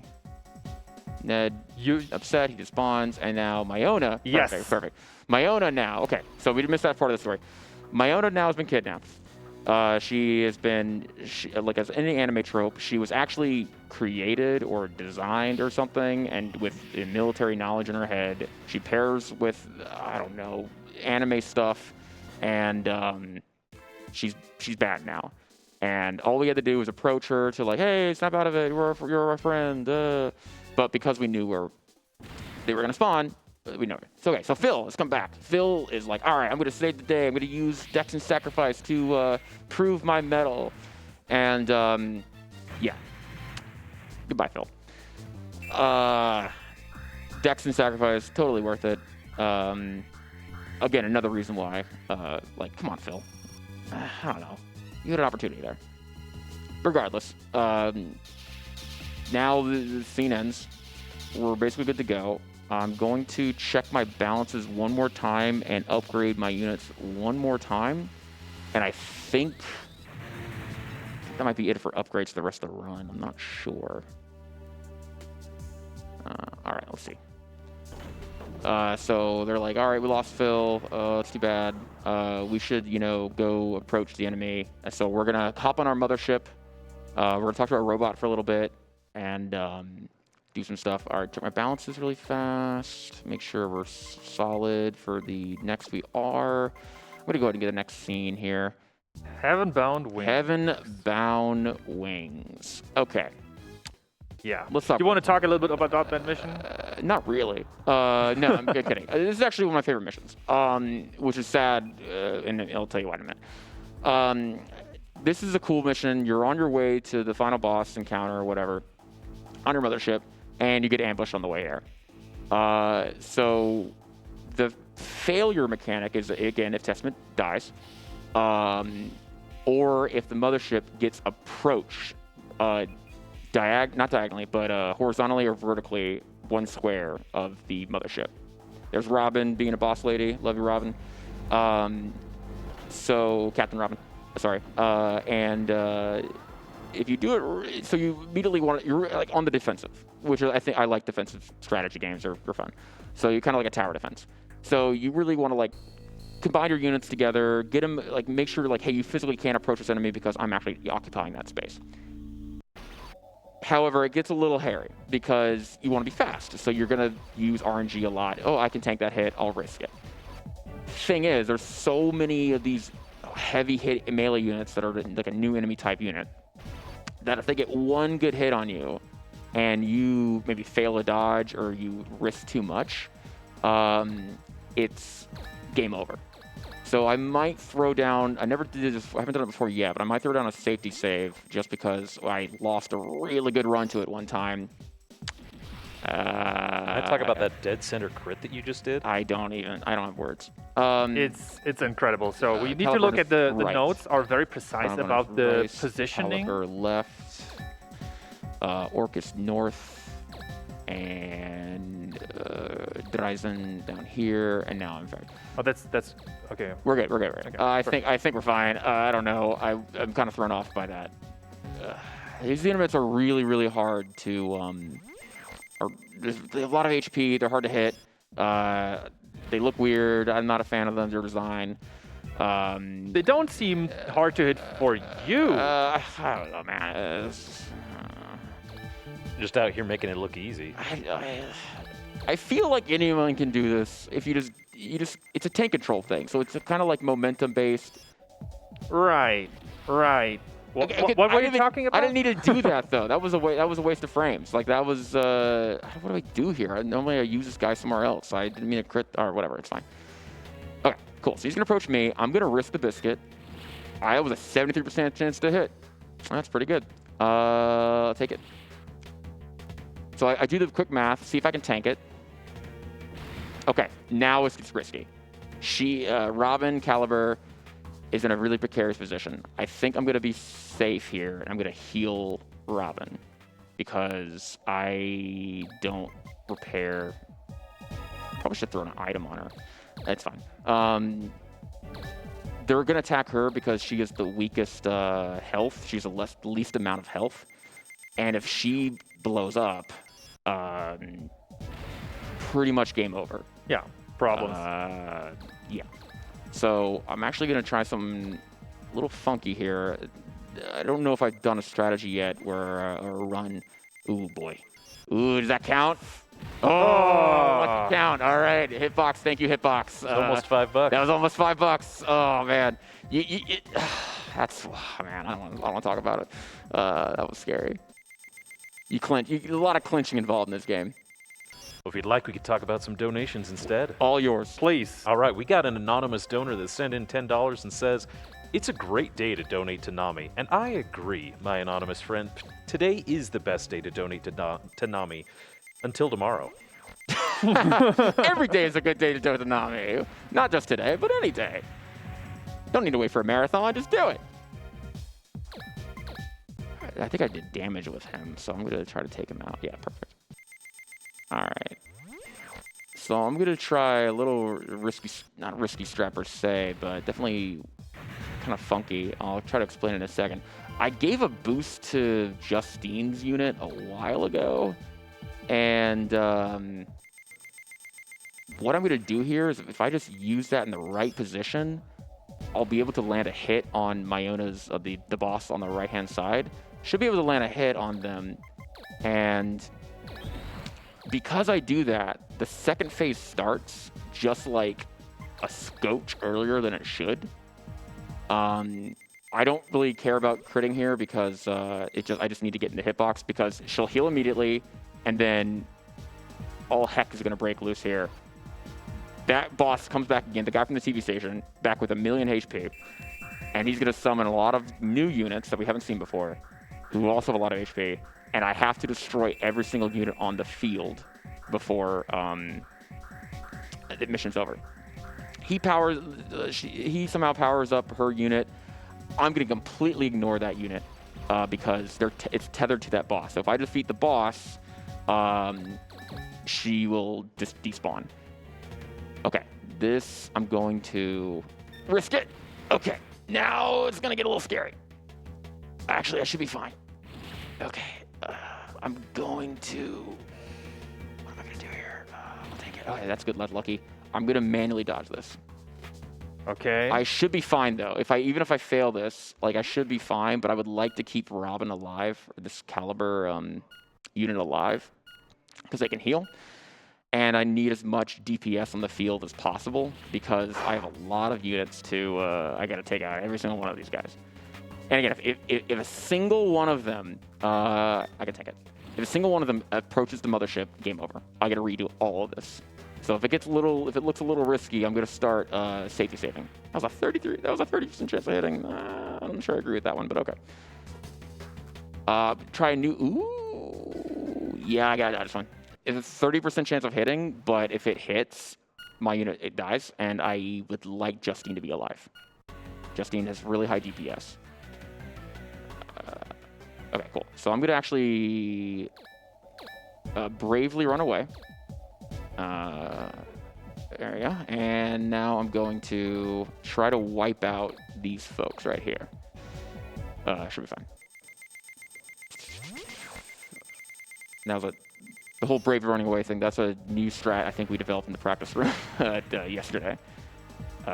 It changes this strategy, this route for this game changes almost daily or per route, every time you run it.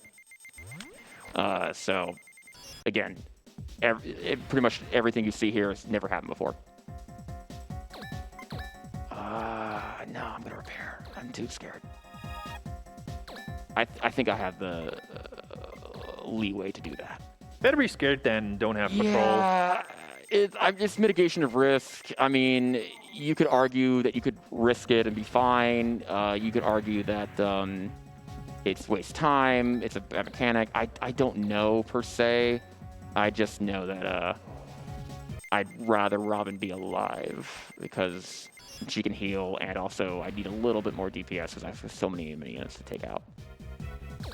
Okay, so I'm taking on with him. Dryzen has a melee attack, but it's real bad. So I'd prefer to use his strength, which is a gun.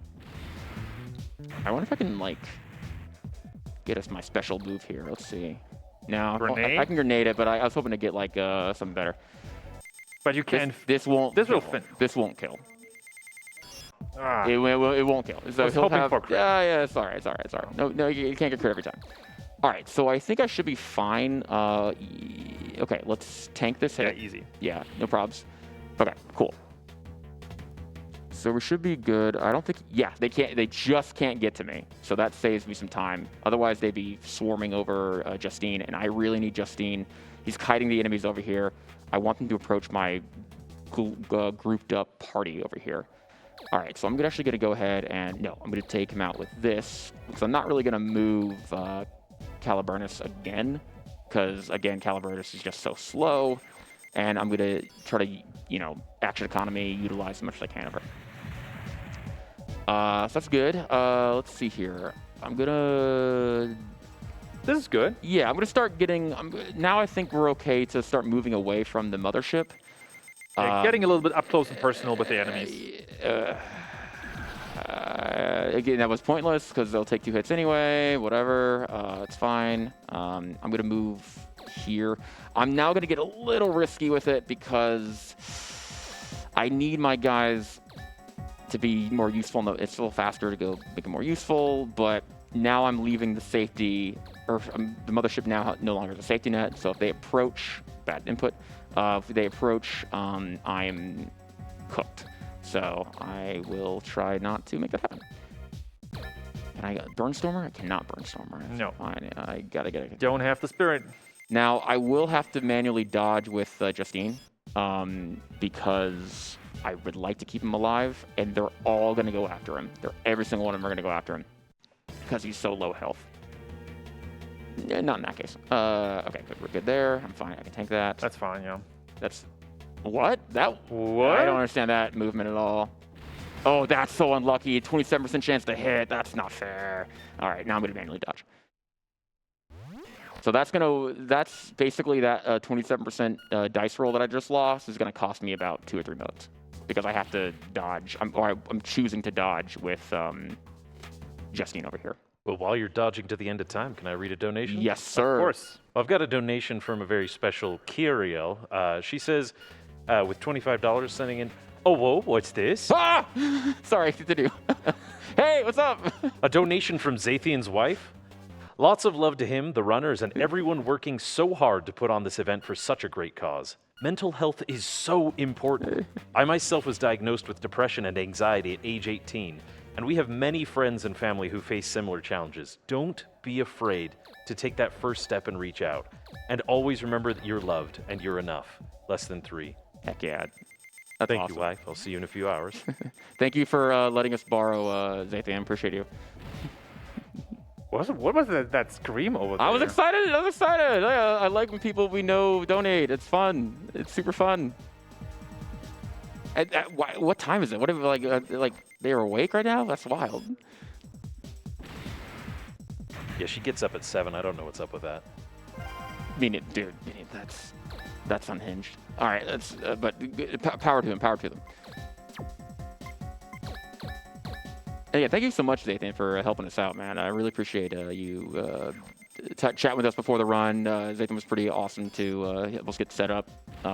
Again, I have no experience really online outside of streaming this game.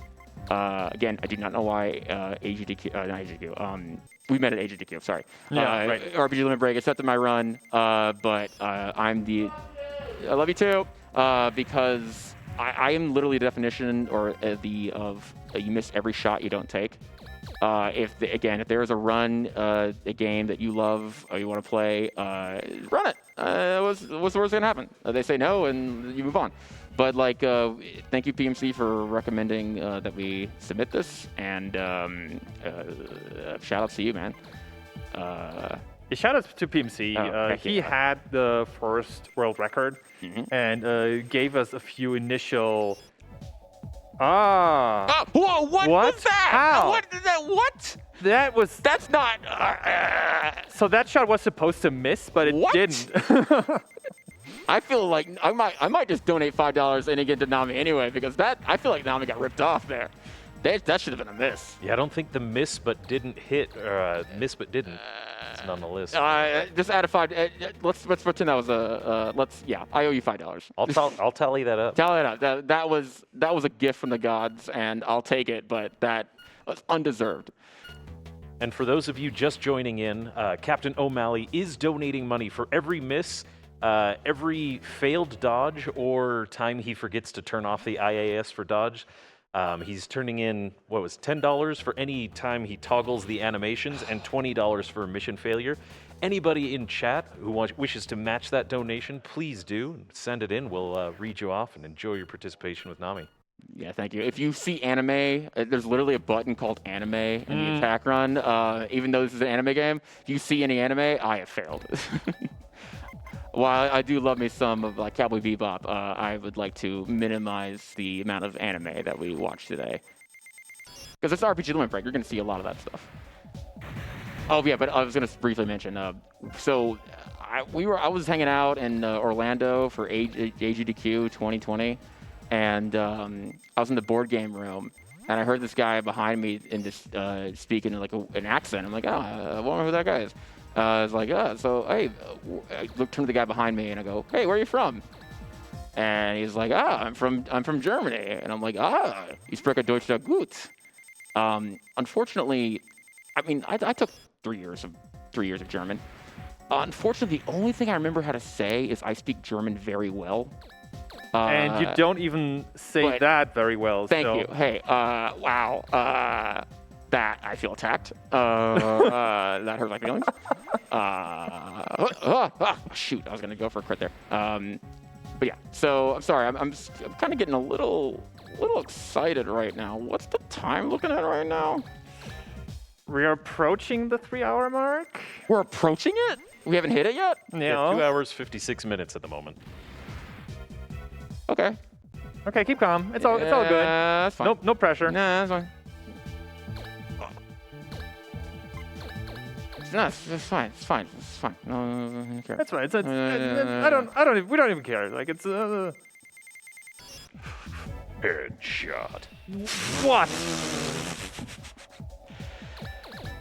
Dude, I'm getting nervous here.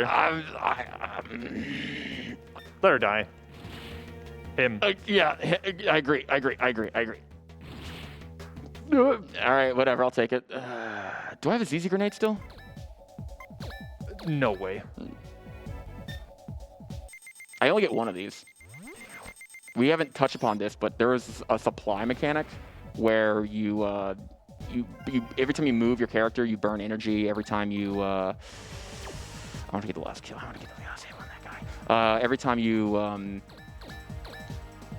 move, attack, you burn energy, and it can run out. But because we're so fast, again, I wanted not that to happen, but that's fine.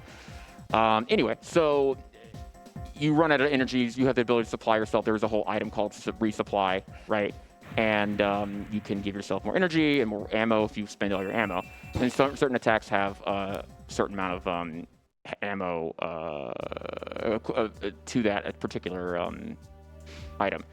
Yes. Okay. This a little bit menuing here. I'm gonna shut up.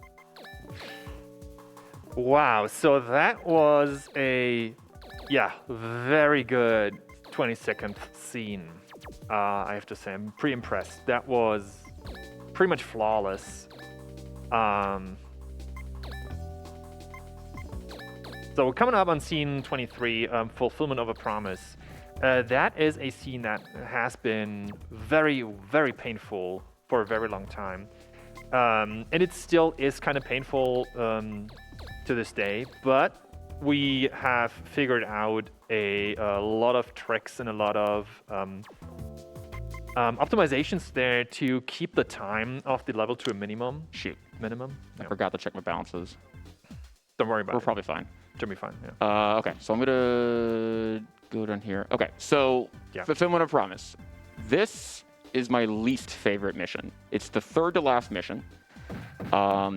It's so much bullet heck. It's so much dodging. There's a million units on the board, and you have to play conservatively because there's 3 phases to this fight.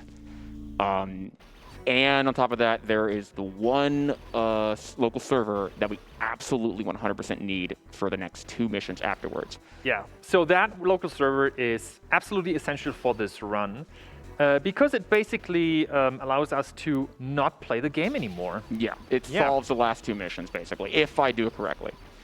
So, but this mission is really, that's a focus point, so we really need to...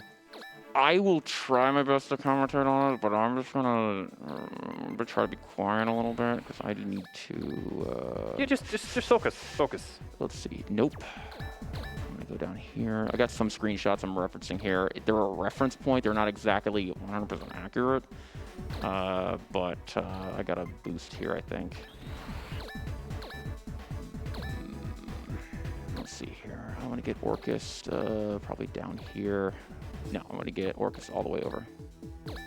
Yeah, I want to get Orcus all the way over. It's not 100% accurate, but... No, my screenshot's bad. I took a screenshot when it was like 3 o'clock in the morning. So this...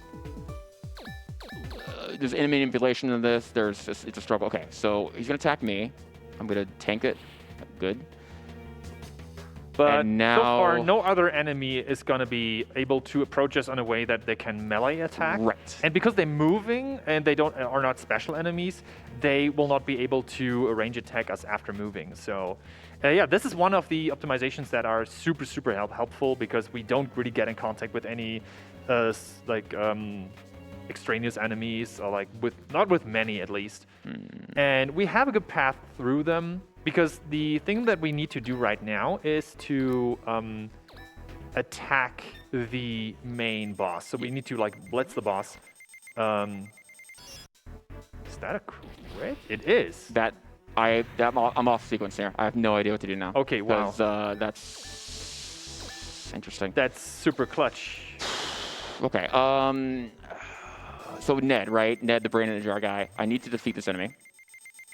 He was acting a little strange. I was trying to get a read on him. I think I'm just in range to take him out this turn. I'm still routing this. This is not a perfect route for this mission. Oh, come on. He's acting weird. Okay, I'll take it. Yeah, that was... I think I have a bad seed. Occasionally, you'll notice in different runs and different routes that enemy dodge mechanic-wise, sometimes they move really sporadically, sometimes they move in a really predictable pattern. I think this one's just this one's really bad. I don't like it. really hard to crit on those. But yeah, perfect. So I took him out. We did not. Elf and bow. Just a thought. Nope. Bad. Yeah, I don't know what I don't know what I did wrong in that one. Maybe I'm on the wrong level. But yeah, this is gonna cost us a heck of a lot of time. So plenty of time for anyone else to speak. This little maneuver is going to cost us 84 years. Yes, it will. I just want to take a minute and show some love for our community artists. LLK, who designed the RPG Limit Break logo, and Mega Weasel and It's Casa, who are responsible for some of the emotes that you gain access to by subscribing to the channel. All revenue from subs and the ads that we run will go to help us run future RPGLB marathons. I can speak. But fret not, 100% of all donations go straight to Nami. All right, I'm going to concentrate on this movement, so you can continue, or if anything else to add, or if anyone, Julian, Sphinx, if you have anything to add. Well, speaking of other ways that we can support Nami, RPGLB is proud to once again partner with the Yeti to bring you 6 awesome t-shirts that are now available, plus pins. Head over to theyeti.com/RPGLB to take a look at all the designs, pick up the ones you want, and know that $5 from every t-shirt purchased will be donated to Nami. Remember, Yeti is spelled Y-E-T-E-E, theyeti.com/RPGLB. I'm going to sacrifice Calibranus next turn. Just so they tank some hits. Also have a bit of a special donation here for you. From one PMC Trilogy. What's up, boy? Whoa! He donates $50 to say congrats to CaptOMalley and Sphinx Corps for putting on such a great show with Zone of the Enders, Fist of Mars. Finish out strong. Love you, bro, man. Thanks, man. Love you. All thanks to you, man.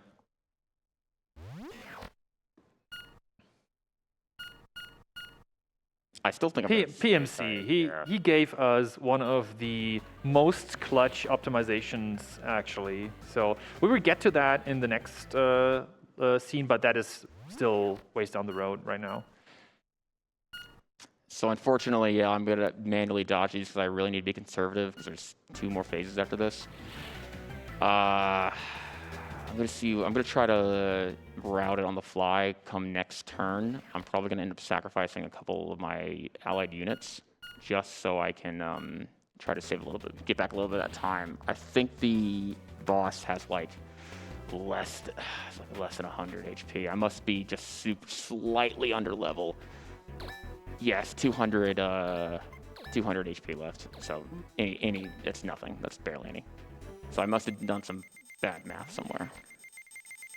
Yeah, it's also like, that is one of the points where I'm like, okay, I can route it out. I can really try to make it as optimal as possible, but it's very, very difficult sometimes. Like, and this is like one of those situations where you can't really do much. Like, there's just like, it's missing 80 HP or something. It's unfortunate, but we'll do our best to soldier on. Story happens, more enemy spawns, Ned gets finally defeated. I'm gonna try to recover as much time as I can. I think I'm out of boost, right?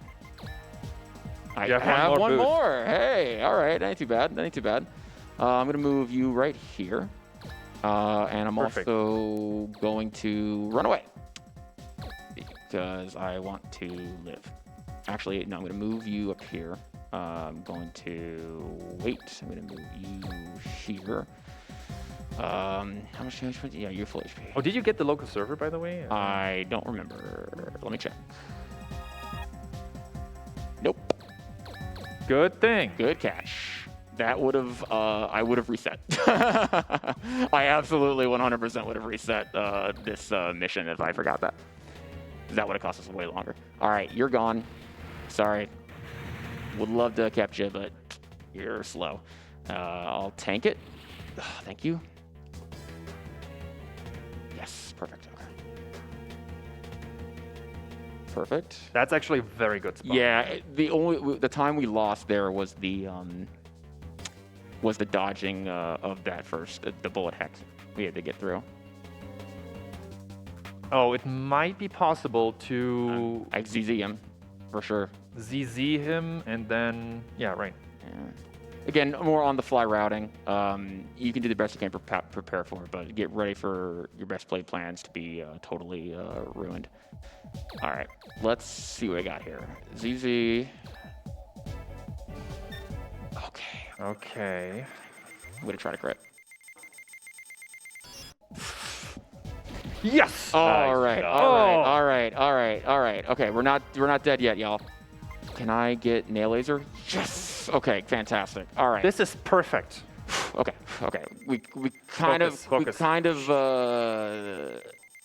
kind of saved the day a little bit. Yes. All right, that cool. saved us so much time. Great, fantastic. Wow. All right, so I confirmed that we got that hit, and this ends phase 2. Now we keep the people with phase 3, and we did get the local server. We did get the local Thank you for server. reminding me that, yeah. It said download completed, so everything's fine. Thank you. I'm gonna try to move that location. So 3, 1, 2, 3, I think. All right, the story's happening. Our friend, our childhood friend, is betraying us. He's gonna now like, Oh, what yeah, whatever. But don't worry, I have a secret weapon. Oh, wait for it. The music box. The music box is what we needed to save the day all along. The power of friendship. Yes. Don't you remember all we went through? 1, 2, 3. How loud is that music box that they can hear across the battlefield? I think it's on a PA system. I don't know. But, you know, the more question, can love bloom on the battlefield? That's the question we have to ask ourselves. Okay. Oops. I'm going to move you here, I think. Do we need Nope. Phil at all? Phil's gone.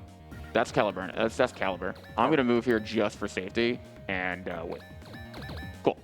Okay, so another line of enemies is here.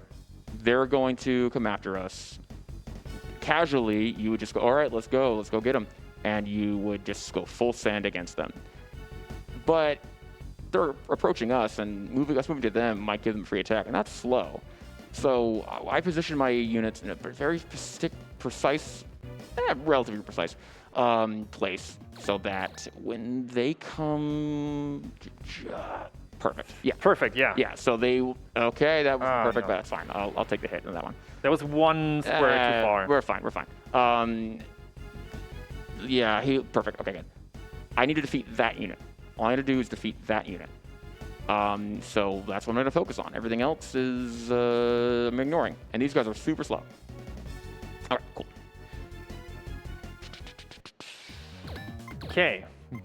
Give him hack. Yes, sir. 20,000 HP. Close. That's 1/4 of his HP. Do I need to take him out? I don't know if I need to take out all of him or just like a portion of it. We don't have any notes on that. One. Okay, no problem. So we're about to find out.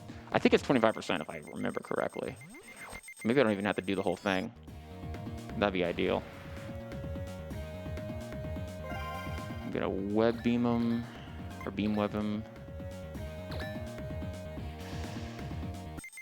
Yeah, I just realized Vijay is really not under-leveled here.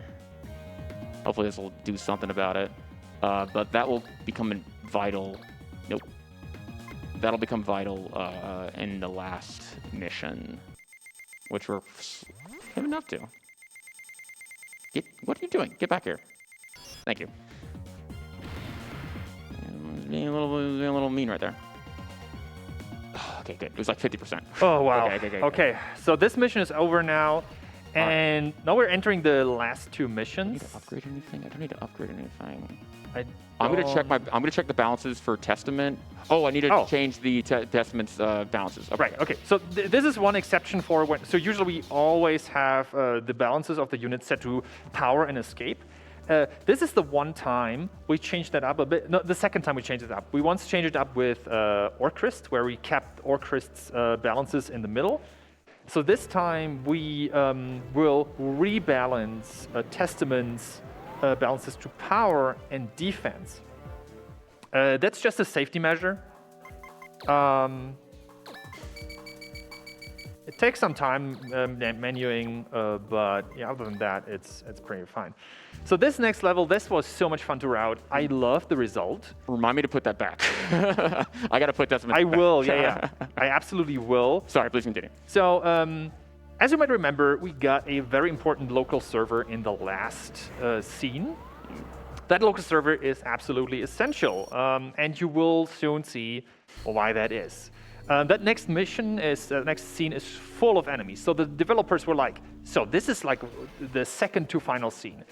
You get all the enemies. Look at how many enemies spawn. Like this is incredible. Almost too many enemies. Right. We still see very soon after like a bunch of dialogue happens. Let's see. Bam. So many enemies. It's incredible. Yeah. Ridiculous, even. And we're by ourselves. Oh, wait, no, we have allies. So, story's happening. Our units, our allies are going to spawn slowly. They're going to have some dialogue as they're bravely coming in to support our main character. Story happens. These two units just blow up on their own because more allies show up. We're going to ignore every single one of them. Yeah. Because we got that local server, we unlocked a very, very special trait for this particular character, and you'll see in a second what that is. Which is double action. We can do two things in one round, and that's it, basically. We're not going to touch any of the units, and they're not going to touch us. Which is, yeah, so it's not. I just want to get that. I think move very particular square, so I need to just want to have those notes up. And we have a second occurrence of the short circuiting that we talked about earlier. So we have another situation where we need to approach a unit, and what happens here if you approach that particular unit is it's going to split into 3 different units. And we basically, in the casual run, you would play through, you would say, okay, I'm going to have to figure out which one of the units is the actual unit I need to approach. So you go through each and every single unit, and yeah, it's slow. It's very slow. But the thing is, it's always the unit on the right. Always one. Always Every the unit time. on the right. So yeah, what we will do, we have like a pretty cool short circuit coming up. Yeah, gotta go. Double action, and yes, this is so much fun. Yeah, we have a pretty cool short circuit coming up where we are letting the enemy unit approach us first, which starts this this split up into multiple Decoys. into multiple decoys. But since we positioned ourselves in like a very particular spot, the one decoy that is the actual non-decoy will land right next to us, which will trigger the next phase, and that will just end the scene. So in the next phase, we'll just need to make one more move, and that'll end the scene, basically.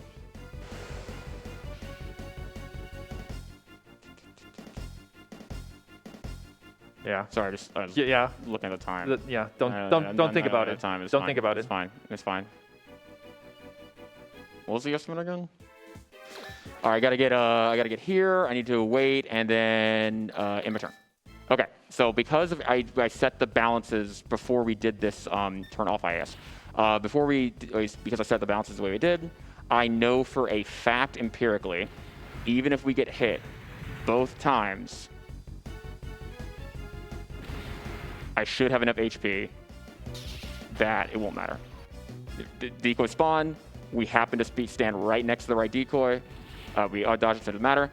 And now, because we approach the Myona, some sad, tragic music plays as we try to convince her that, hey, being bad isn't good. And we should be good again. And friendship is magic. And,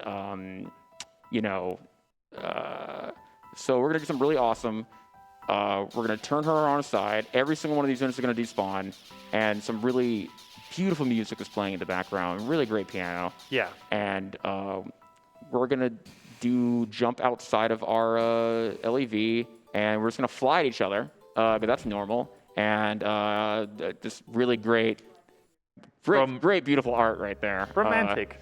Very romantic.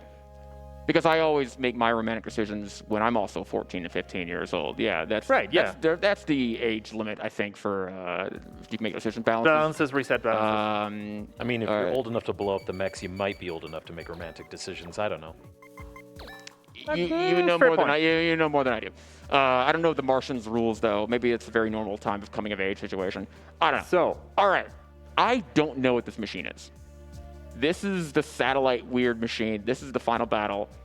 Don't ask me why we're here. I totally don't remember. I think it's a mining facility because we're trying to mine unobtainium or whatever whatever the space oil is. So because we had this awesome double action thing, 1 million units are going to spawn, and if I do this correctly and no variables change, leave it right there for now. I have no variables change.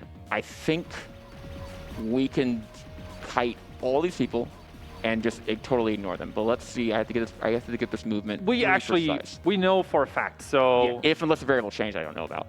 So I'm going to be quiet, and anybody who wants to chime in may do so. You can explain it. Zathan, Yeah, if you wanna so check for that? I can do a little bit of explaining. So we only need actually 2 units of all units to finish this level. There is going to be a little bit of a clincher break there because we need to dodge a lot of stuff manually. The way we move, the positions we put our units in has as a consequence that all the units are going to disperse. So the structure, the positional structure of the units is very porous and lets us move through in between them. And So far, every time we practice, every single unit has moved its exact location. So it's predetermined what they're going to do because of what we did. Unless some variable changes that I don't know about, like balances or level or health or whatever. So I have to manage it very carefully because I don't want to fight these people.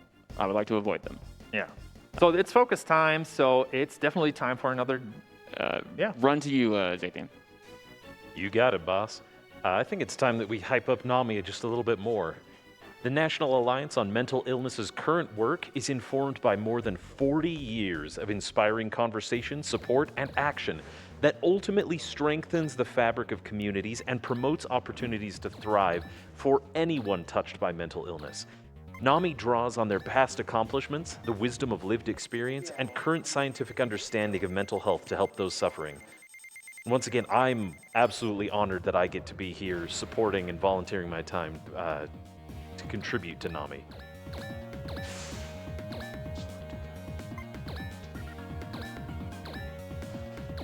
Yes, good. Okay, now comes the scary bit. Now we need to be very quiet and. That's unlucky. That was a 27% chance to hit. That's okay. All right, we're fine. Okay, now I have to dodge everything. If I get hit, I have to reset.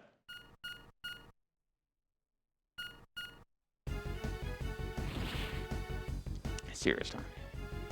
Gamer moment.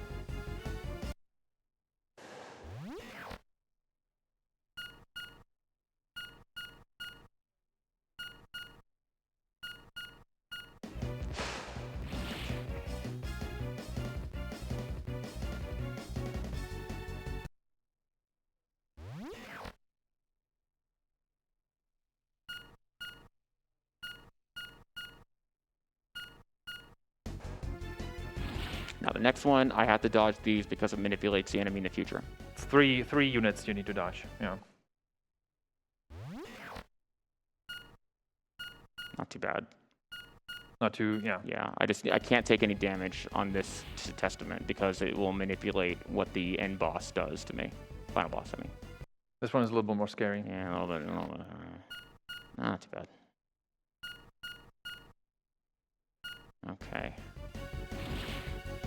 So unfortunately, it's going to eat up a little bit of time because I have to dodge with the Vijaya every single time because I took a really unlucky hit there. I think I've always been able to dodge that one automatically. Good.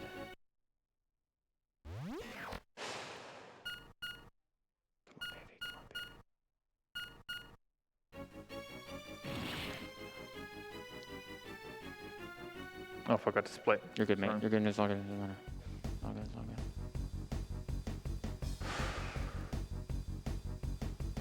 All right. Precise movement on the next scene. Okay, yeah, we're missing that. Yeah, but I remember. I know by heart. Me too. Yeah. We're missing a screenshot. It got deleted somehow. Like, it probably deleted accidentally. I probably have it somewhere. Yeah. We can remake it. So you move. You are gonna go up On top and attack once. Okay, good. Okay, just gotta hit.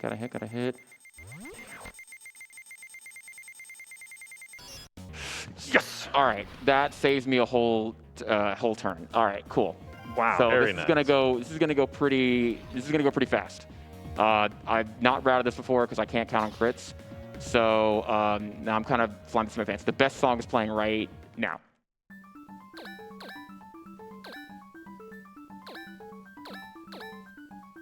So we actually are able to double action with Vijaya now, which is this never happened. This is all off script now. This is a new route basically. Okay, he's not behaving.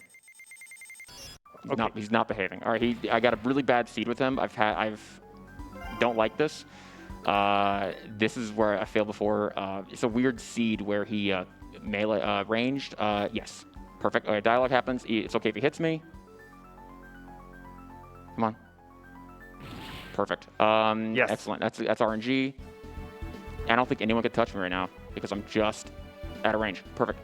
Yeah. So all these other units that have spawned, none of them we're gonna fight. Sorry. Yeah. Don't worry about it. Don't worry about it. All right. Don't look at the. Yeah, no, it's fine. Don't look at the time. It's It's fine. fine. It's fine. It's fine. That's fine. It's fine.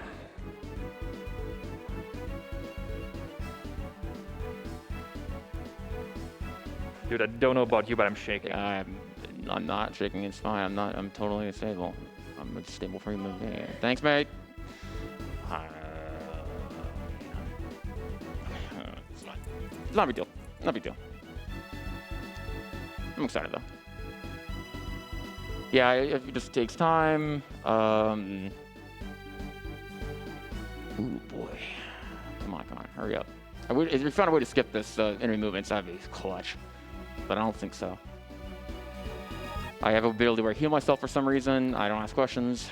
I just go for it. Almost didn't do that. Okay, all right. Bad seed, bad movement. It's fine. Get another hit.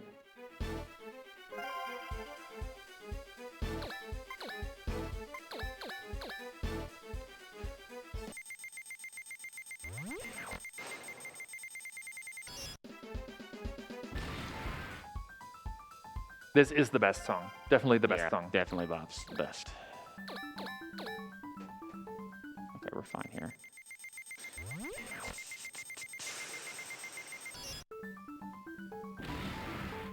Okay.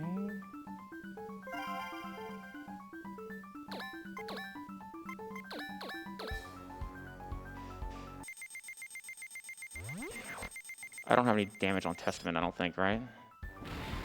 Yeah. No, you don't have any So damage. if he targets Testament, You can risk it. now I should be out of range for every single one of these except... Okay, perfect. Off and... No! For the game! All right, that was a scuff. I shouldn't have taken that risk. I scuffed it at the very last second. That is super unfortunate. That's going to take me 10 minutes to recover from that. So that is super unfortunate. Yeah. No. What are the odds, mate? I thought I could tank it. Never been able to tank it every single time. All right.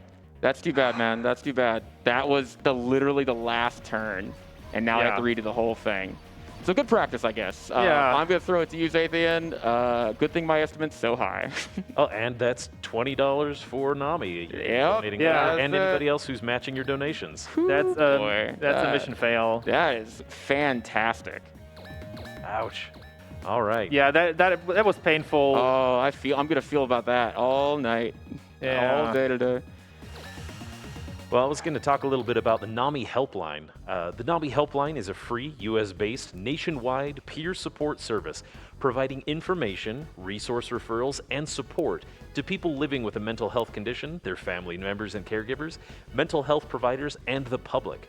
The NAMI helpline is available from Monday to Friday from 10 a.m. to 10 p.m. Eastern Time via call, text, and live web chat. So good.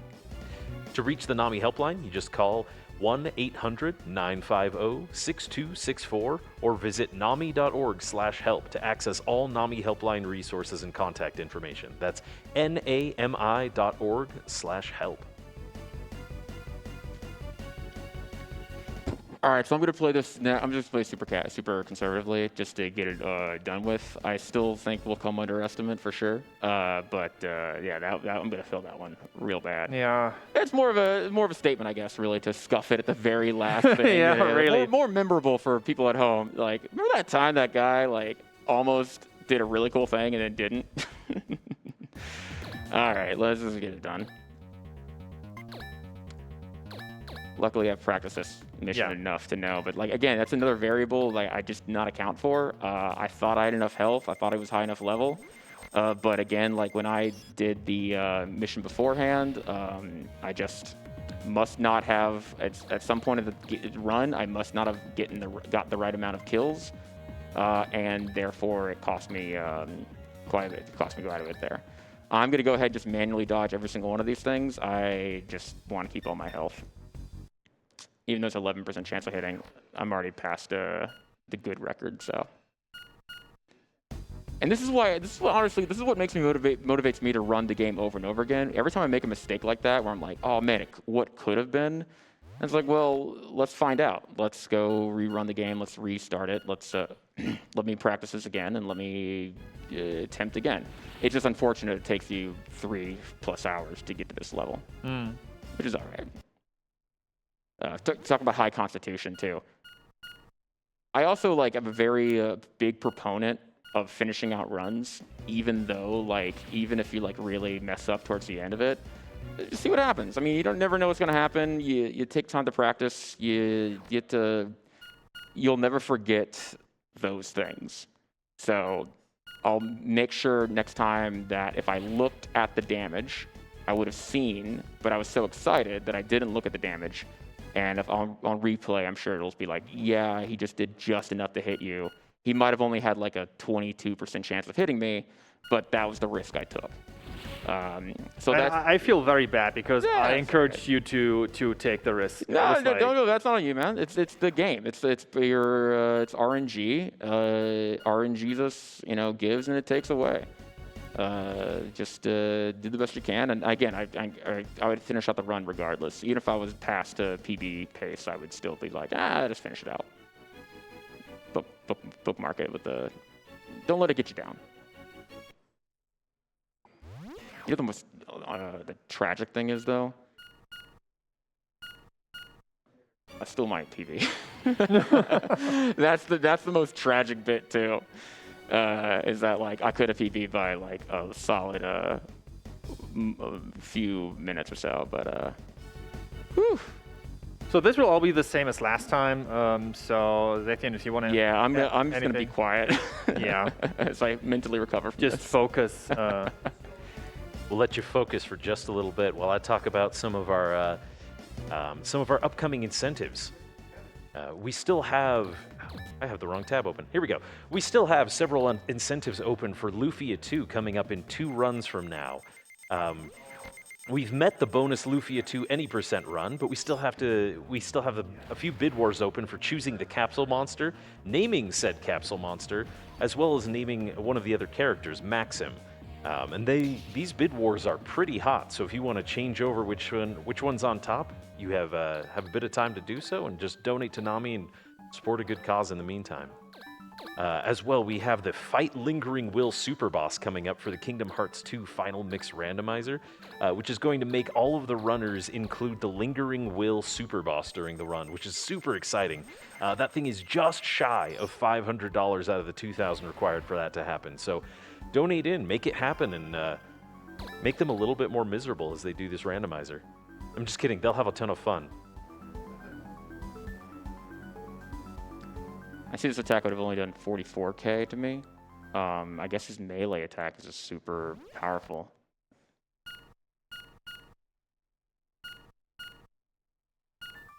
And I think I got a much better enemy movement seed. you'll see, like, when I try to attack him, I think that he's going to behave a little bit more, so I'm a little bit less concerned about being able to hit him. A lot of enemy movement here, so yeah, there's still time if someone wants to chime in.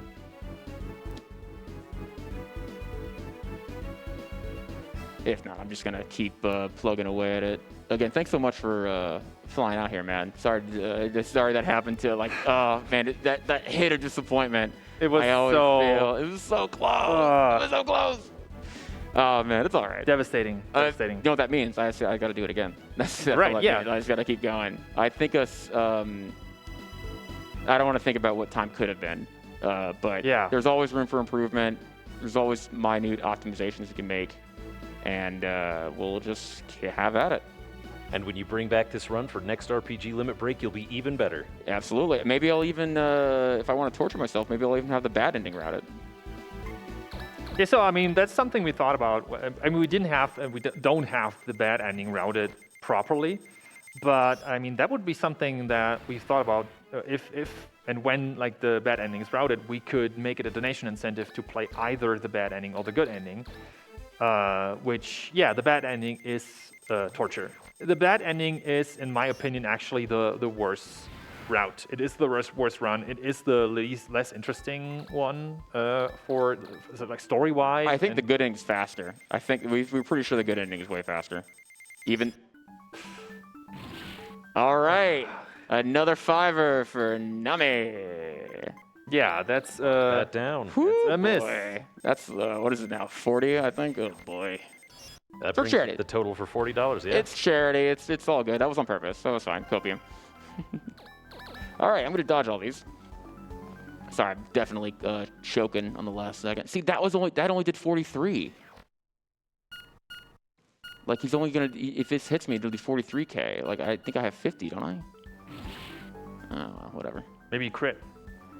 I don't think enemies can crit. Am I wrong?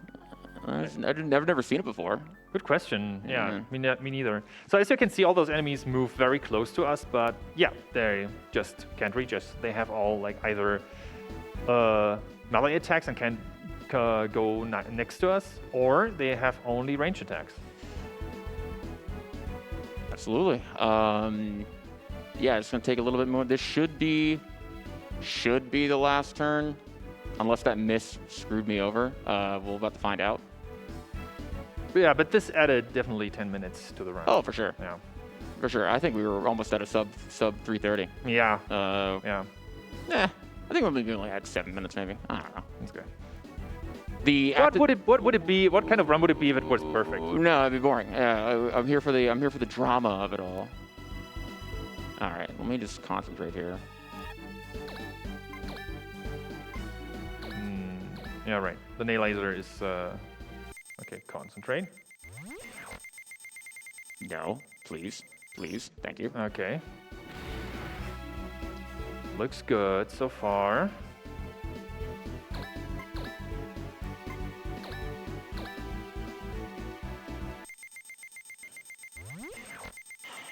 Please cooperate. Thank you. All right, that is last hit, but time is not coming up for another 91 seconds. So we have last input, well, not last input, but it's last scene that pops up. So more dialogue happens, story happens, we save the day, so stuff is gonna happen, but I wanna do some, music box comes in clutch again. I want to do some preemptive shout outs so we don't waste as much time as possible. Again, shout outs to PMC Trilogy, man. Thank you so much for encouraging me to do this. This is all really thanks to you. Again, shout outs to Press Start. Lainey, you've been absolutely awesome to work with. I was able to practice on original hardware because of her, finding some place in Birmingham to do it. Shout outs to my mom, sister, and my friend Chantel. Thank you for my work, for letting me take some time off to actually come here. I'll be late. I'll be a little bit late, but I'll coming in as fast as I can. Shout outs to Germany. Greetings to Germany. We love you. Again, Japanese Restream, I love you. Premiere 2, Pete, community. I love meeting you all in Paris. You're fantastic. Please join the Discord. Please join the Discord on Zone of the Enders. We would love to have you. Zathian, you've been an absolute pleasure. Nami, love you. Doubletree Breakfast people, thank you, Kevin and Clutch. And Marion. She's Miriam. awesome to us. Miriam. Thank you. Miriam, Sorry. yeah. Thank you so much for your help. Yeah, she was a huge help with the setup. And come on. Time. All right. Woo. All right. 3:36. 3:36. 57. That's a world record. That's world record. Congratulations on a new world record Thank for you. Zone of the Enders. Could have been sub 3:30. Yeah. It got me. Still world record. Good. I won't take up too more time. I got my shout outs out of the way. You have any shout outs you want to mention? Yeah, absolutely. Shout outs to my girlfriend. Thanks, mate. Shout out my girlfriend Alex. She actually took a bunch of time off out of a very busy schedule and sat herself down in a cafe with her laptop. Thank you, Alex. And we love you. because we really wanted to watch the run. I love you so much. I can't wait to get back to Germany. Actually. Yeah. Thanks for letting me borrow him. I promise I'll let it be in one piece. Yeah. Huge shouts to Phil. Yeah. The real Phil. The real Phil. Phil, my one of my best friends, Phil, and my dancing partner, Phil. Love you so much. So happy to have you in my life. Really, I thought today that the three people who matter the most in my life actually watched the run, which is Alex, Phil, and Greg is I here. got to watch the run. I was here. Yeah, right. Fantastic. So all the people who matter the most in my life are there, and I'm so happy for it. And again, shout out to PMC Trilogy and The GOAT. Congratulations. We want to say shout outs to you, man. We know you're having a good time out there. We just want to say we appreciate you. Wish you luck in all your endeavors and enjoy your time off, my friend. Yeah, right. Exactly. So I think that's it. That's all I got. I'm done. I'm just exhausted. I have to go to work. I have to get logged in. I have to get some breakfast. Yeah. actually. Oh, yeah. We got a few hours before that happens. Wow. But again, thank you guys. Thank you all so very much. We really appreciate you. Again, thank you for everybody. Oh, secret cutscene for a thing that never happens. And thank you for letting me be part of RPG Limit Break. We love you. Dude, Yeah, let's hear one more massive round of we did, applause mate. for Captain O'Malley We did it, here. mate.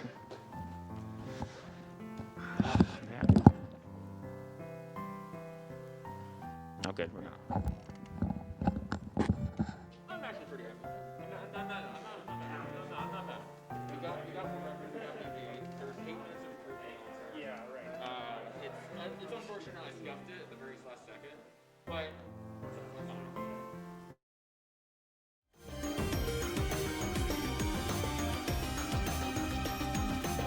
All right, my friends, once again, my name has been Zathian, and thank you so much for letting me be your host for these last few hours. Never fear, after these short messages, I'm going to be leaving you in the hands of the wonderful, ever clever, and unabashedly friendly La Grande Grande.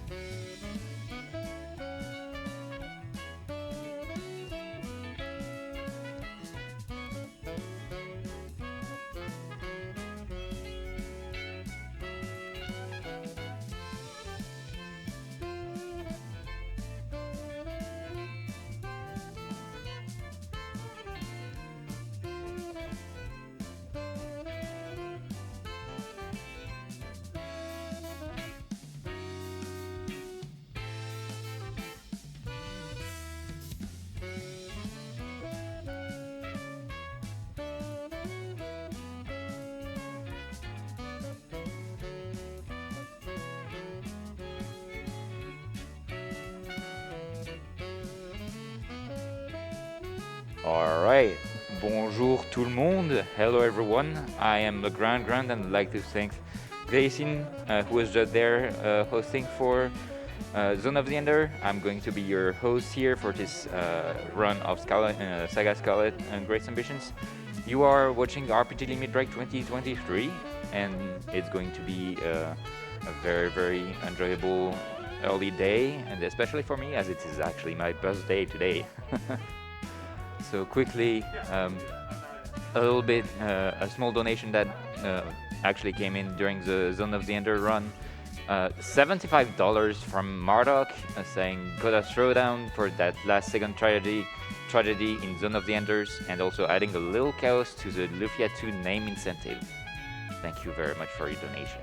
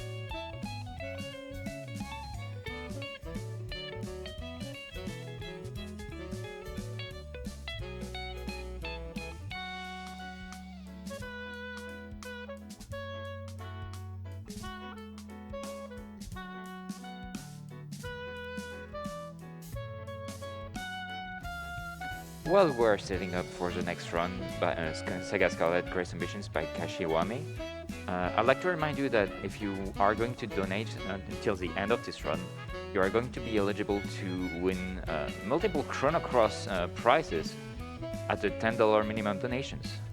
You are going to be eligible to get the Chrono Cross Original Soundtrack Revival disc, the Chrono Cross Radical Dreamers edition for the Switch, and the Chrono Cross Vinyl OST. All of that for a $10 minimum donation. So if you are really interested in all of that, or if you love Chrono Cross, go ahead and make sure to donate for Nami.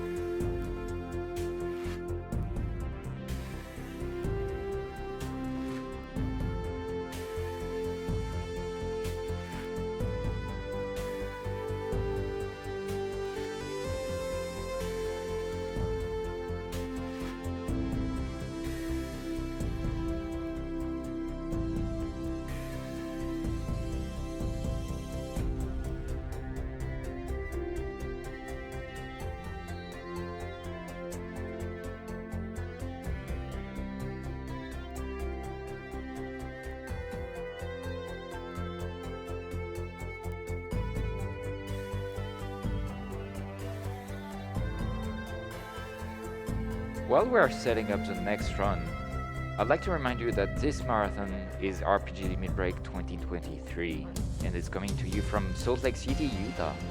We're raising money for NAMI, the National Alliance on Mental Illness, which was formed in 1979 as a grassroots advocacy organization by a group of parents whose children suffered with serious mental illnesses, and NAMI has maintained that focus to this day.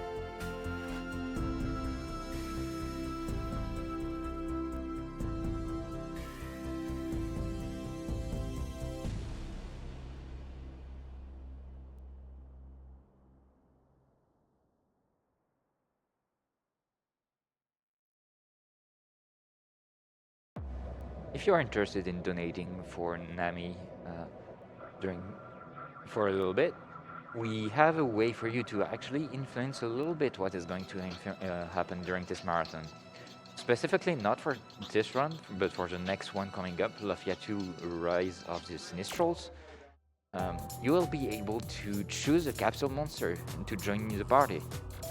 So you have multiple choices, and right now Flashlight is winning by a little bit over $100 compared to Sully Earth, but you still have about the duration of the run at the very least to actually change that outcome if you want to see another element actually joining the party.